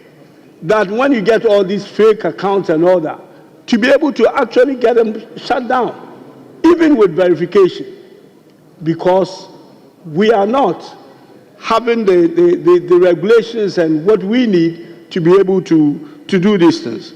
When it comes to what Honorable Kennedy Nyako said, Mr. Speaker, when it comes to revenues for technology, we are just scratching the surface. You hear various finance ministers talk about widening the tax net and all that. Mr. Speaker, yes, you can widen the tax net for the informal sector and all that. But this technology and digitalization are actually in the formal sector. They are not informal. Therefore, we are not doing enough there.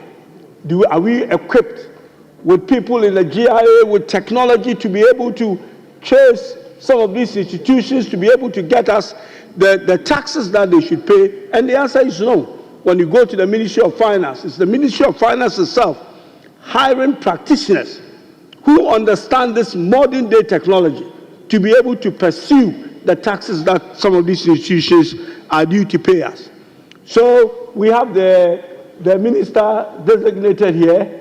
I know he's well equipped, and I hope that he will go to his ministry and equip the ministry and its agencies to be able to have the sophisticated equipment that we have today.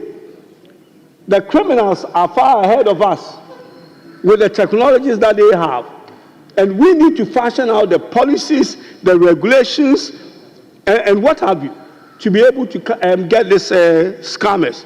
And on the finance minister is not here, but I know he will hear. The former finance minister had the opportunity to make a good contribution, and I hope we will follow that up in going for taxes that we can get from the formal sector, but from the technology and the digitalization space, and not just talk about widening the net and widening the net to all these informal sectors that for some reason we are not able to do. But the hanging fruits are still within the formal sector, where these technology players actually play.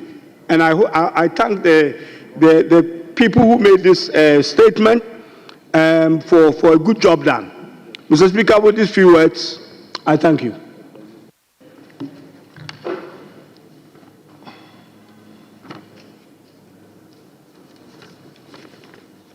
Thank you very much, Honorable members. We will take our third statement from Honorable Frisia Jane. And the statement is about the tourism potentials of Kintampo South. I guess that is constituency. Come again. Honorable member, before you take the floor, I think the minister designate would like to give a message in relation to the discussion we just had. So, Honorable Minister, yes. Thank you, Right Honorable Speaker. I was just saying that based on what the Honorable Opoku Davis, OPK, said, I would plead with both whips to compile a list of the official accounts on all social media platforms, Facebook, Twitter, Instagram, and TikTok, and furnish the ministry with that information. That will allow us to engage the platform owners to build and do a verification. Because when you look at our colleagues in the US Congress, they don't use the blue tick. They actually have a gray tick for public officials in government. That's even different from the blue tick. And so we will be engaging with the platforms if you furnish us with those details to get that level of verification and then do public sensitization to the Ghanaian public that unless you see a gray tick, do not see this as an official government handle. Thank you very much, Mr. Speaker. Very well. So, yes, Leader. Speaker, I believe that the request by the Minister for the sector is in order. And I want to urge my brother on the other side so that we should be able to gather these names by tomorrow. Because, Speaker, as we speak, as soon as you succeed in collapsing a fake one, several other fake ones are generated. So if they have a mechanism to be able to deal with the fake ones, it will serve the need and purpose for members to be able to reach out and communicate with the generality of the people, and to also reduce the fraud that's perpetrated on our constituents, especially where the system is deployed to attract money or demand from all of them. So we want to thank you for this request. Thank you. Very well.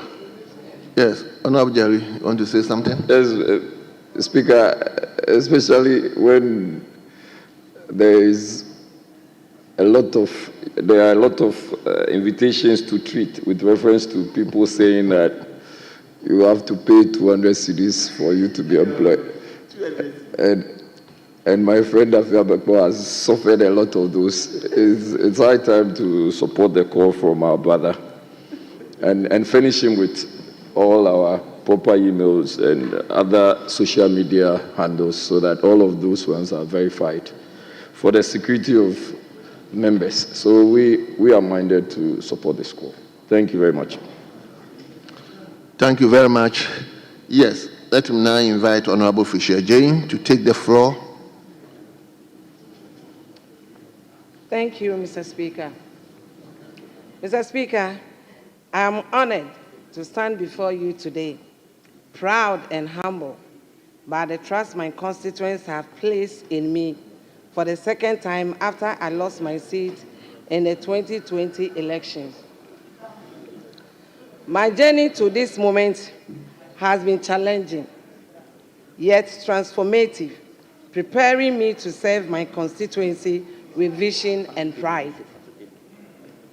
Mr. Speaker, as a woman in leadership, I am proud to be part of a growing community of women breaking down barriers and glass ceiling.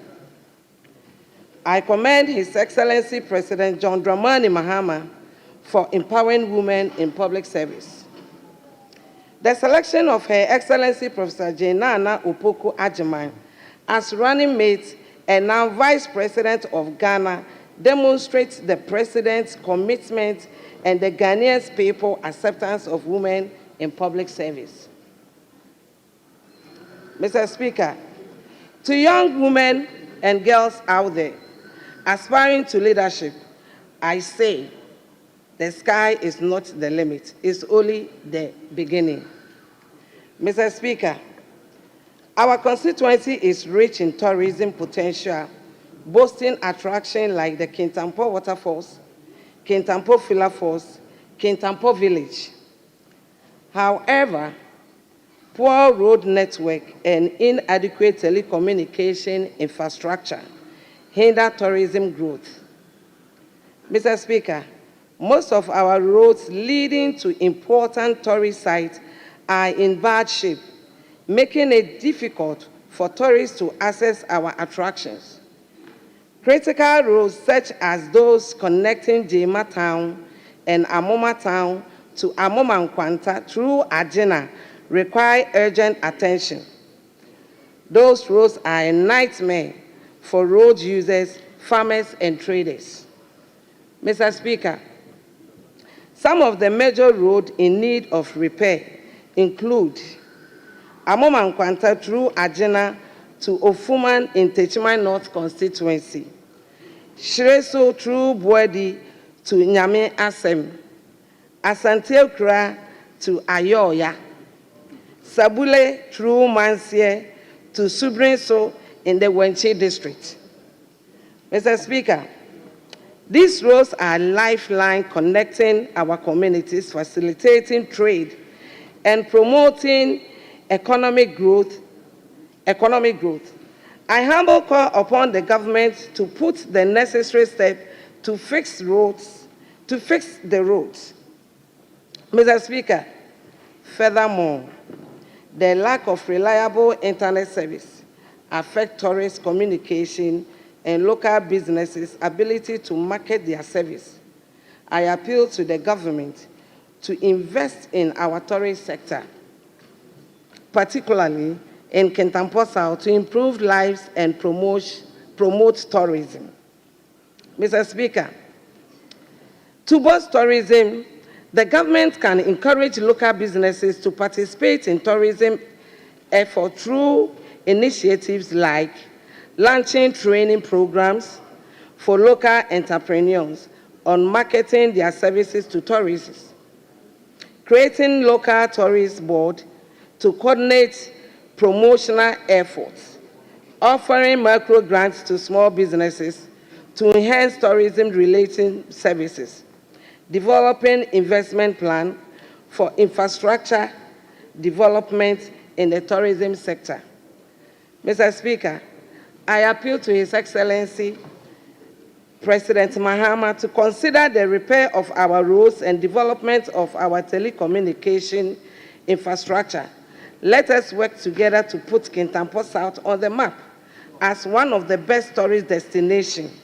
Mr. Speaker, Kintampo South is ready for the 24-hour economy. Kintampo South is ready to receive the world. Let us fix our road and unlock the full potential of constituency Kintampo South. Mr. Speaker, thank you for the opportunity. Yes.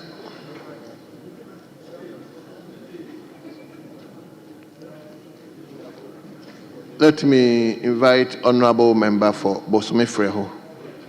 I think he is also located within a tourist area. So, Honorable Member for Bosome Freho, take the floor now. But Yes, work around 5 minutes. Thank you. Mr. Speaker, I would like to commend the maker of the statement heavily. Mr. Speaker, this is as a result of the potential within that industry she has mentioned. She enumerated very critical and important sites and areas that is important not just for her community, but also for the country as a whole. Because when tourists are coming into Ghana and they go to Kintampo, they would definitely make some payment and contribute something to the economy of this country. So even though she is advocating for Kintampo, it is important that we all join hands and commend her because it will have a rippling effect in Ghana. I want to just ride on the back of her statement to reiterate one or two few points that was made by the minister. The minister made some critical point at the vetting, which was captured in her report, in the report that we approved here. Which minister are you talking about? The Minister for Tourism. Okay. The Minister for Tourism. One was the ministry's preparedness to work with the MMDCs to develop local tourist sites. The Speaker, I think when we should pick each and every constituency here, and should that policy or that commitment by the minister work out, it is going to boost the tourism sector in this country. Because every constituency or district have a huge potential when it comes to tourism. And should the minister work hand in hand with the MMDAs to fix those areas, it is going to help us. The Speaker, the second one is developing the sites or the roads that leads to those tourist sites. The Speaker, it is important, and the maker of the statement also mentioned it. Not long ago, I mentioned a few waterfalls that I have in my constituency, Bosome Freho. The Speaker, I mentioned the Abriwa waterfalls. I mentioned the Bakoti waterfalls, the Awam waterfalls, the Bobium waterfalls, the Dani waterfalls, the Momosu waterfalls, the Tebri waterfalls, the Tebesu waterfalls, and the Subrisu waterfalls. The Speaker, all these waterfalls, when you look at the roads that are leading to these waterfalls, the Speaker, it is poor and bad. I am going around on social media, internet, advocating that foreigners, Ghanaians, visit these sites. The Speaker, but when they get to the district or the constituency, getting to the sites is even difficult. The Speaker, let me single out one, the Momos waterfalls. The Speaker, history, studies have shown that the Amomoso waterfalls is medicinal. It's that when you are sick and you happen to bath the Amomoso waterfalls, you will be healed automatically. Now, imagine people want to visit Amomoso waterfalls, but they cannot go. You have to walk because the roads are not motorable. Accessing those places are difficult. So I want to commend her and plead with the minister in charge, with government, that roads in these areas, particularly my constituency, Bosome-Freho, must be looked at, because we have a lot of potential when it comes to tourism that the country will benefit from, that the district will also benefit from. Mr. Speaker, with these few words, I want to once again commend the maker of the statement, and then thank you too for giving me this opportunity. I'm grateful. Thank you very much. I hope Honorable Minister for Roads and Highways is here with us. Honorable Minister for Roads and Highways, I hope you heard the discussion. Honorable Fisher-Jay and Honorable Nana Asafo-Jay, all of them are talking about roads leading to very important tourist sites. So that's why I'm just drawing your attention to it. Yes,